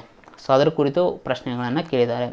ಇನ್ನು ಜೀವ ವೈವಿಧ್ಯತೆಯ ಸಂರಕ್ಷಣೆ ವಿಶೇಷ ಉಲ್ಲೇಖದೊಂದಿಗೆ JFM ಅಂದರೆ ಜಾಯಿಂಟ್ ಫಾರೆಸ್ಟ್ ಮ್ಯಾನೇಜ್ಮೆಂಟ್. ಸೊ ಅದರಲ್ಲಿ NGOಗಳ ಪಾತ್ರ ಏನು ಅಂದರೆ ನಾನ್ ಗವರ್ನಮೆಂಟಲ್ ಆರ್ಗನೈಸೇಷನ್ ಅಂದರೆ ಸರ್ಕಾರೇತರ ಸಂಘಟನೆಗಳ ಪಾತ್ರವನ್ನು ವಿವರಿಸಿ ಅಂತ ಪ್ರಶ್ನೆಯನ್ನು ಕೇಳಿದ್ದಾರೆ. ಸೊ ಇವಿಷ್ಟು ನಿಮಗೆ GS 3ಯಲ್ಲಿ ಬರುವಂಥದ್ದು, ಸಾಮಾನ್ಯವಾಗಿ ವಿಜ್ಞಾನ ಮತ್ತು ತಂತ್ರಜ್ಞಾನಕ್ಕೆ ಸಂಬಂಧಪಟ್ಟಂಗೆ.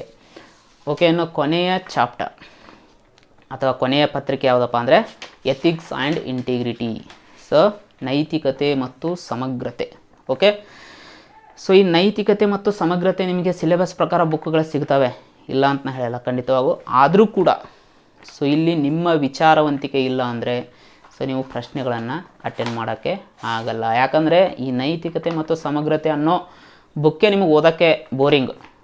ಅದನ್ನು ಅಷ್ಟು ಇಂಟ್ರೆಸ್ಟ್ ಕೊಟ್ಟು ಓದೋಕ್ಕಾಗಲ್ಲ, ಯಾಕೆ ಆ ಟಾಪಿಕ್ಕೇ ಹಾಗಿದೆ ಅದು. ಓಕೆ, ಅಂದರೆ ನೈತಿಕತೆ ಮತ್ತು ಸಮಗ್ರತೆ ಅಂದರೆ ಏನಿಲ್ಲ, ಒಬ್ಬ ಅಧಿಕಾರಿ ತಾನು ಆಡಳಿತ ನಿರ್ವಹಿಸುವ ಸಮಯದಲ್ಲಿ ಏನೇನು ಸಮಸ್ಯೆಗಳನ್ನು ಎದುರಿಸ್ತಾನೆ, ಅವನು ಯಾವ ಥರ ನಾವು ಸಾಲ್ವ್ ಮಾಡ್ಬೋದು, ಏನೇನು ಕ್ರಮಗಳನ್ನು ಕೈಗೊಳ್ಬೋದು, ಅಥವಾ ಒಬ್ಬ ಅಧಿಕಾರಿಯಾಗಿ ನಾವು ಯಾವ ಥರ ಸಮಾಜದಲ್ಲಿ ಇರಬೇಕು, ಸಮಾಜದೊಂದಿಗೆ ಯಾವ ಥರ ಬೆರಿಬೇಕು, ನೌಕರರೊಂದಿಗೆ ಯಾವ ಥರ ಇರಬೇಕು, ಮೇಲಾಧಿಕಾರಿಗಳೊಂದಿಗೆ ಯಾವ ಥರ ಇರಬೇಕು, ಅಥವಾ ಒಬ್ಬ ಅಧಿಕಾರಿಯಾಗಿ ಅವನಿಗೆ ಇರಲೇಬೇಕಾದಂತಹ ಪ್ರಮುಖ ಗುಣಗಳ್ಯಾವ್ಯಾವು, ಪ್ರಾಮಾಣಿಕತೆ, ಸತ್ಯನಿಷ್ಠೆ, ವೃತ್ತಿಬದ್ಧತೆ, ಹೊಣೆಗಾರಿಕೆ, ಅನುಕಂಪ, ಸಹಾನುಭೂತಿ, ದುರ್ಬಲ ವರ್ಗದವರ ಕುರಿತು ಅನುಕಂಪ. ಸೊ ಹೀಗೆ ಇವೆಲ್ಲ ಬರ್ತವೆ. ಅಂದರೆ ಒಬ್ಬ ಅಧಿಕಾರಿಯಾಗಿ ಏನೇನೋ ಕ್ವಾಲಿಟೀಸನ್ನು ಹೊಂದಿರಬೇಕು. ಸೊ ಅವುಗಳ ಕುರಿತು ಪ್ರಮುಖವಾಗಿ ಈ ಚಾಪ್ಟರ್ ಇರುತ್ತೆ. ಓಕೆ, ಅಂದರೆ ಈ ಪತ್ರಿಕೆ ಇರುತ್ತೆ. ಸೊ ಕೆಲವೊಂದು ಪ್ರಶ್ನೆಗಳನ್ನು ನೋಡಿದರೆ ನಿಮಗೆ ಅರ್ಥ ಆಗುತ್ತೆ. 14ನೇ ದಲೈ ಲಾಮಾ ಅವ್ರು ಏನು ಹೇಳಿದಾರೆ ಅಂದರೆ ಒಂದು ಸೆಂಟೆನ್ಸ್, ನನ್ನ ಧರ್ಮ ಬಹಳ ಸರಳ, ನನ್ನ ಧರ್ಮ ದಯೆ ಅಂದರೆ ದಯೆ ಅಂದರೆ ಅಥವಾ ಕರುಣೆ. ಸೊ ಈ ಸೆಂಟೆನ್ಸನ್ನು ಕೊಟ್ಟಿದ್ದಾರೆ. ಇದನ್ನು ನಾವು ಆಡಳಿತದಲ್ಲಿ ಯಾವ ಥರ ಅಥವಾ ನಮ್ಮ ಜೀವನದಲ್ಲಿ ಯಾವ ಥರ ಅಳವಡಿಸ್ಕೋಬೋದು ಅನ್ನೋದನ್ನು ಕುರಿತು ಬರಿಬೇಕಾಗಿದೆ. ಅದೇ ರೀತಿ ಸಾಂಸ್ಥಿಕ ಆಡಳಿತದ ತತ್ವಗಳನ್ನು ವಿವರಿಸಿ, ಅಂದರೆ ಕಾರ್ಪೊರೇಟ್ ಆಡಳಿತ ಅದರ ಕುರಿತು ಒಂದು ಪ್ರಶ್ನೆಯನ್ನು ಕೇಳಿದ್ದಾರೆ. ಅದೇ ರೀತಿ ಮೌಲ್ಯಗಳನ್ನು ಬೆಳೆಸುವಲ್ಲಿ ಕುಟುಂಬ, ಸಮಾಜ ಮತ್ತು ಶಿಕ್ಷಣ ಸಂಸ್ಥೆಗಳ ಪಾತ್ರವನ್ನು ವಿವರಿಸಿ. ಅಂದರೆ ಒಬ್ಬ ವ್ಯಕ್ತಿ ಮೌಲ್ಯಗಳನ್ನು ಬೆಳೆಸ್ಕೋಬೇಕು.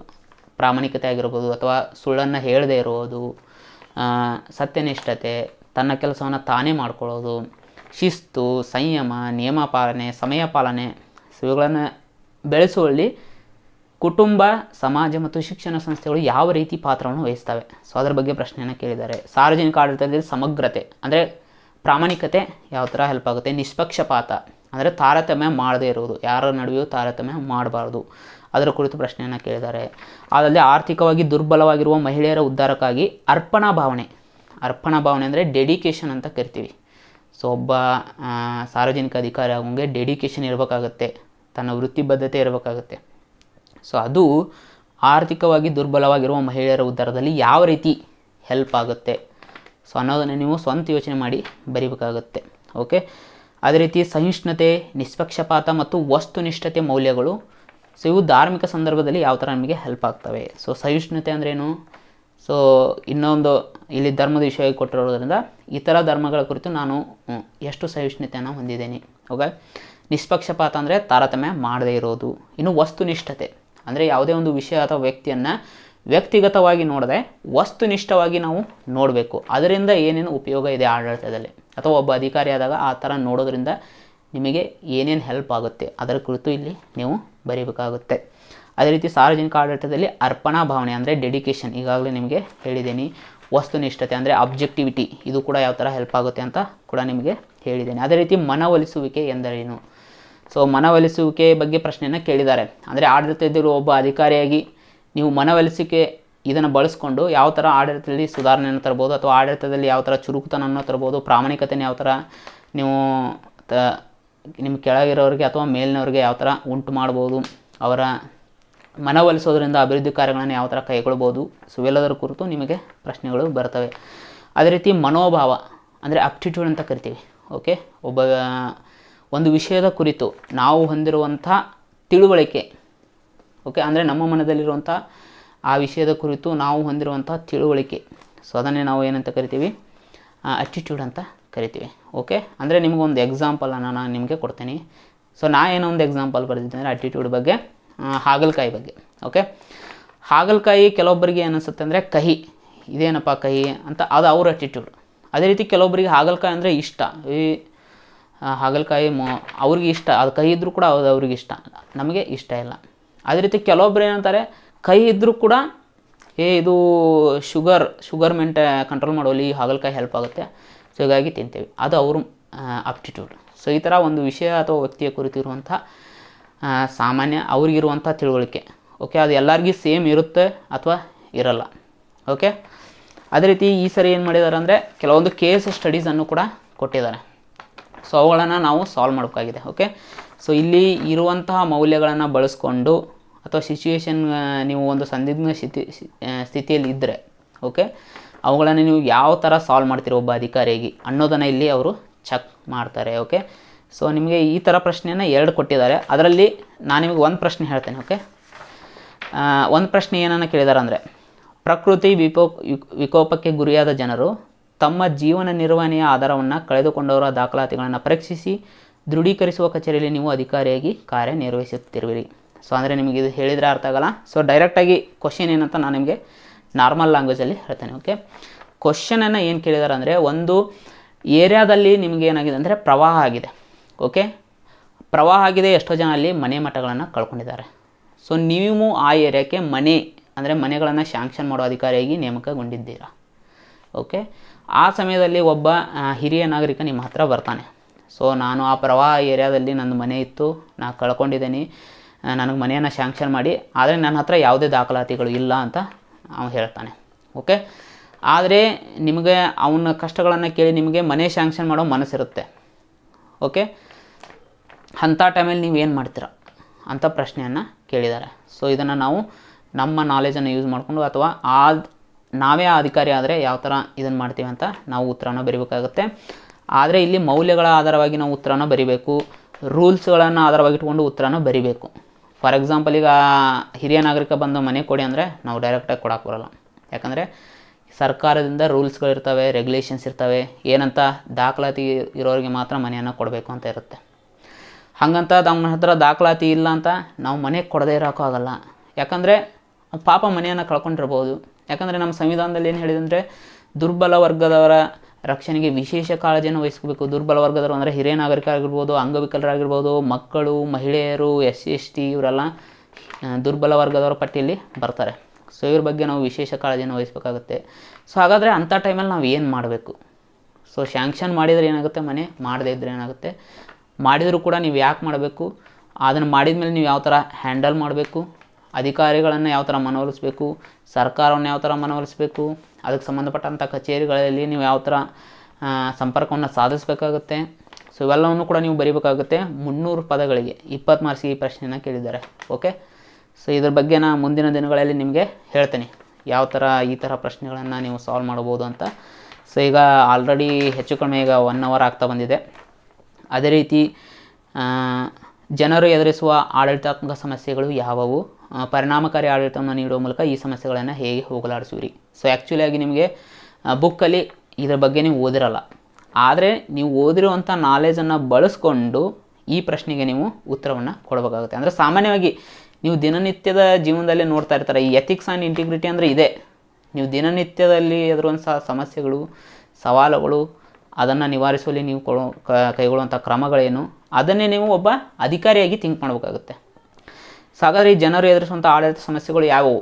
ಸೊ ಯಾವುದೋ ನೀವು ಕಚೇರಿಗೆ ಹೋಗ್ತೀರಾ, ನಿಮ್ಗೆ ಗೊತ್ತು ಏನೇನು ಸಮಸ್ಯೆಗಳನ್ನು ನೀವು ಎದುರಿಸ್ತೀರಾ ಅಂತ. ಕೆಲವೊಂದು ಕಡೆ ನಿಮಗೆ ಯಾವುದೋ ಕೆಲಸ ಮಾಡ್ಕೊಡೋಕ್ಕೆ ನಿಮಗೆ ದುಡ್ಡು ಕೇಳ್ಬೋದು. ಕೆಲವೊಂದು ಕಡೆ ಏನು ಮಾಡ್ತಾರೆ, ಇವತ್ತು ಬಾ ನಾಳೆ ಬಾ ಅಂತ ಹೇಳ್ಬೋದು. ಕೆಲವೊಬ್ಬರು ಸರಿಯಾಗಿ ಮಾಹಿತಿ ಕೂಡ ನೀಡಲ್ಲ. ಅದಲ್ಲದೆ ಕೆಲವೊಬ್ಬರು ಜನರಿಗೆ ಏನಾದರೂ ಮಾಹಿತಿ ತೊಗೋಬೇಕಂತ ಕೂಡ ಅವ್ರಿಗೆ ಗೊತ್ತಿರಲ್ಲ. ಎಷ್ಟೋ ಜನ ಅನಕ್ಷರಸ್ಥರಿರ್ತಾರೆ. ಕೆಲವೊಬ್ಬರು ಏನೋ ಮಾಹಿತಿ ಕೇಳೋಕ್ಕೂ ಕೂಡ ಹಿಂಜರಿತಾರೆ. ಸೊ ಎಲ್ಲವೂ ಕೂಡ ಸಮಸ್ಯೆಗಳು ಇರ್ತವೆ. ಅವುಗಳನ್ನು ನಿವಾರಣೆ ಮಾಡುವಲ್ಲಿ ನೀವು ಯಾವ ಥರ ನೀವು ಆ ಸಮಸ್ಯೆಗಳನ್ನು ನಿವಾರಣೆ ಮಾಡ್ತೀರಿ ಒಬ್ಬ ಅಧಿಕಾರಿಗೆ, ಸೊ ಅನ್ನೋದನ್ನ ಇಲ್ಲಿ ಪ್ರಶ್ನೆಯನ್ನು ಕೇಳಿದ್ದಾರೆ. ಇನ್ನೊಂದು ಭಾವನಾತ್ಮಕ ಬುದ್ಧಿವಂತಿಕೆ ಎಂದರೇನು? ಸೊ ಬುದ್ಧಿವಂತಿಕೆ ಗೊತ್ತು, ಭಾವನೆ ಗೊತ್ತು, ಅವೆರಡೂ ಸೇರಿದ್ರೇ ಭಾವನಾತ್ಮಕ ಬುದ್ಧಿವಂತಿಕೆ. ಓಕೆ, ಅಂದರೆ ನಿಮಗೊಂದು ಎಕ್ಸಾಂಪಲ್ ಸಿಂಪಲಾಗಿ ಕೊಡ್ತೀನಿ, ಭಾವನಾತ್ಮಕ ಬುದ್ಧಿವಂತಿಕೆ ಅಂದ್ರೇನು ಅಂತ. ಈಗ ಒಬ್ಬ ಮಹಿಳೆ, ನೀವೊಬ್ಬ ಪೊಲೀಸ್ ಅಧಿಕಾರಿಯಾಗಿರ್ತಾರ, ಒಬ್ಬ ಮಹಿಳೆ ಫುಲ್ ಅಳ್ತಾ ನಿಮ್ಮ ಹತ್ರ ಬರ್ತಾರೆ, ಅಯ್ಯೋ ನಮ್ಮ ಗಂಡ ನನಗೆ ಚಿತ್ರಹಿಂಸೆ ಕೊಡ್ತಿದ್ದಾನೆ, ಸಾಯಿಸ್ತಾ ಇದ್ದಾನೆ, ಸೊ ನೀವು ನನಗೆ ಹೆಲ್ಪ್ ಮಾಡಬೇಕು ಅಂತ. ಆಗ ಅವಳು ಅಳೋದನ್ನು ನೋಡಿ ನೀವು ಫುಲ್ ಪಾಪ ಹೆವಿ ಕಷ್ಟ ಆಗಿದೆ ಅಂತ ತಕ್ಷಣ ಹೋಗಿ ಅವ್ರ ಗಂಡನ ಅರೆಸ್ಟ್ ಮಾಡಿಕೊಂಡು ಮಾರನೇ ದಿನನೇ ಕೋರ್ಟಿಗೆ ಹಾಜರುಪಡಿಸಿಬಿಟ್ರೆ ಸೊ ನಿಮಗೆ ಭಾವನಾತ್ಮಕ ಬುದ್ಧಿವಂತಿಕೆ ಇಲ್ಲ ಅಂತ ಅರ್ಥ. ನೀವು ಬುದ್ಧಿವಂತಿಕೆಯನ್ನು ಯೂಸ್ ಮಾಡಿದ್ದೀರಾ, ನೀವು ಭಾವನೆಗಳನ್ನು ಯೂಸ್ ಮಾಡಿದ್ದೀರಾ, ಅಲ್ಲಿ ಬುದ್ಧಿವಂತಿಕೆಯನ್ನು ಯೂಸ್ ಮಾಡಿಲ್ಲ. ಓಕೆ, ಯಾಕಂದರೆ ಅವರ ಭಾವನೆಗಳಿಗೆ ನೀವು ಕರಿಗಿಬಿಟ್ರಿ, ಸೊ ಅವ್ರು ಅಳೋದನ್ನು ನೋಡಿ. ಓಕೆ, ಆದರೆ ಇಲ್ಲಿ ಬುದ್ಧಿವಂತಿಕೆ ಪ್ಲಸ್ ಭಾವನೆ ಎರಡನ್ನೂ ಯಾವ ಥರ ಯೂಸ್ ಮಾಡ್ಕೋಬೋದು. ಸೊ ಸಾಮಾನ್ಯವಾಗಿ ಆ ಹೆಣ್ಣು ಅಳ್ತಾ ಬರ್ತಿದ್ದಾಳೆ, ಸೊ ಅವಳನ್ನ ನಾವು ಮೊದಲು ಸಮಾಧಾನಪಡಿಸ್ಬೇಕು, ಒಂದು ಕಡೆ ಕುಂದಿರಿಸ್ಬೇಕು, ಅವಳ ಸಮಸ್ಯೆ ಏನಂತ ತಿಳ್ಕೊಬೇಕು.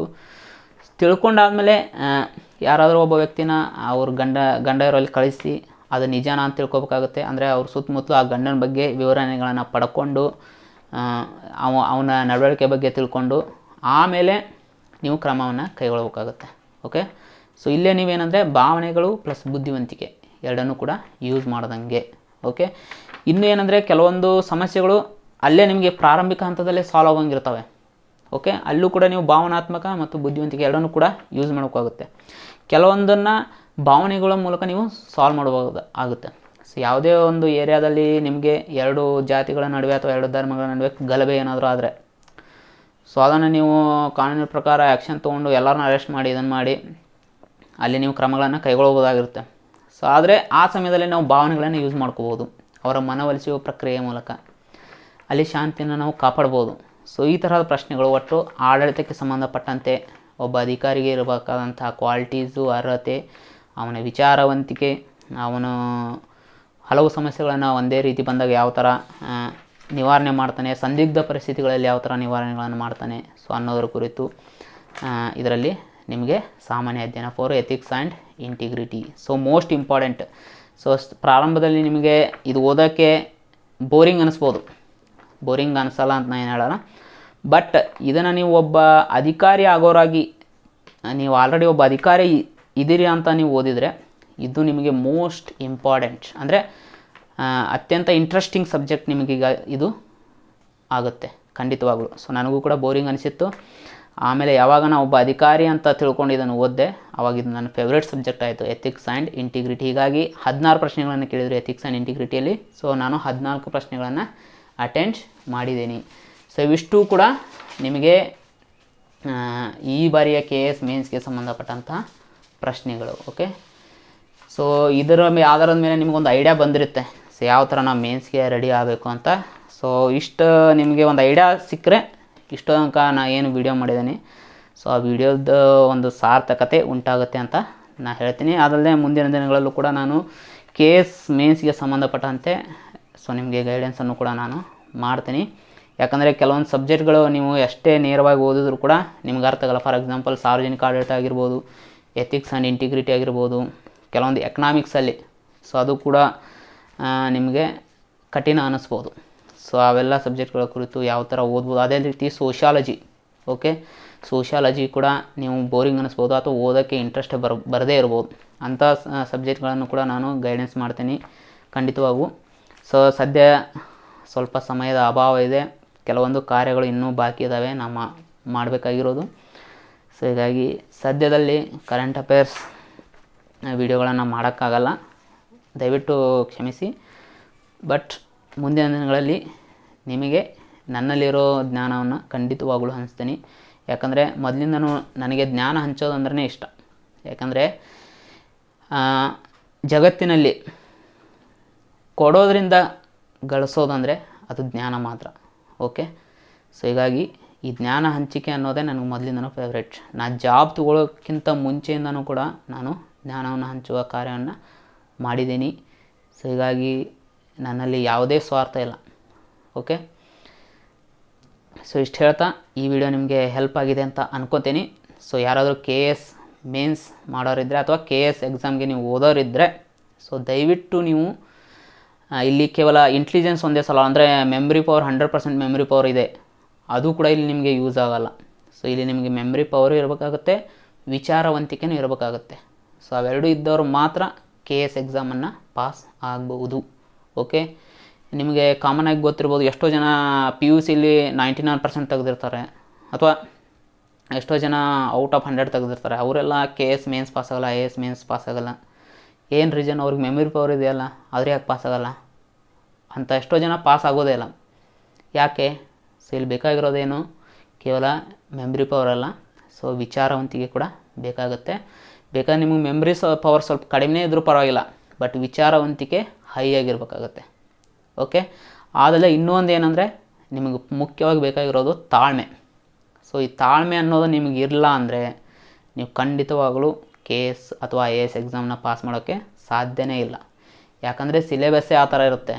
ಸೊ ನೀವು ಎಷ್ಟೋ ಸಮಯದಲ್ಲಿ ನೀವು ಓದೋಕ್ಕೆ ನಿಮಗೆ ಬೇಜಾರು ಅನ್ನಿಸ್ಬೋದು. ಸೊ ಆ ಸಂದರ್ಭದಲ್ಲಿ ನೀವು ತಾಳ್ಮೆಯನ್ನು ಕಾಯ್ಕೋಬೇಕಾಗುತ್ತೆ. ಓಕೆ, ಸೊ ಹೀಗಾಗಿ ಇನ್ನೊಂದೇನೆಂದರೆ ಇಲ್ಲಿ ನಮಗೆ ಮೆಮೊರಿ ಪವರ್ ಕಡಿಮೆ ಇದೆ, ನಮಗೆ ಆನ್ಸರ್ ಬರೆಯೋಕ್ಕಾಗಲ್ಲ, ಆ ಥರ ಮೈಂಡ್ಸೆಟ್ ಇರೋರು ದಯವಿಟ್ಟು ಹೆದರಕ್ಕೆ ಹೋಗಬೇಡಿ.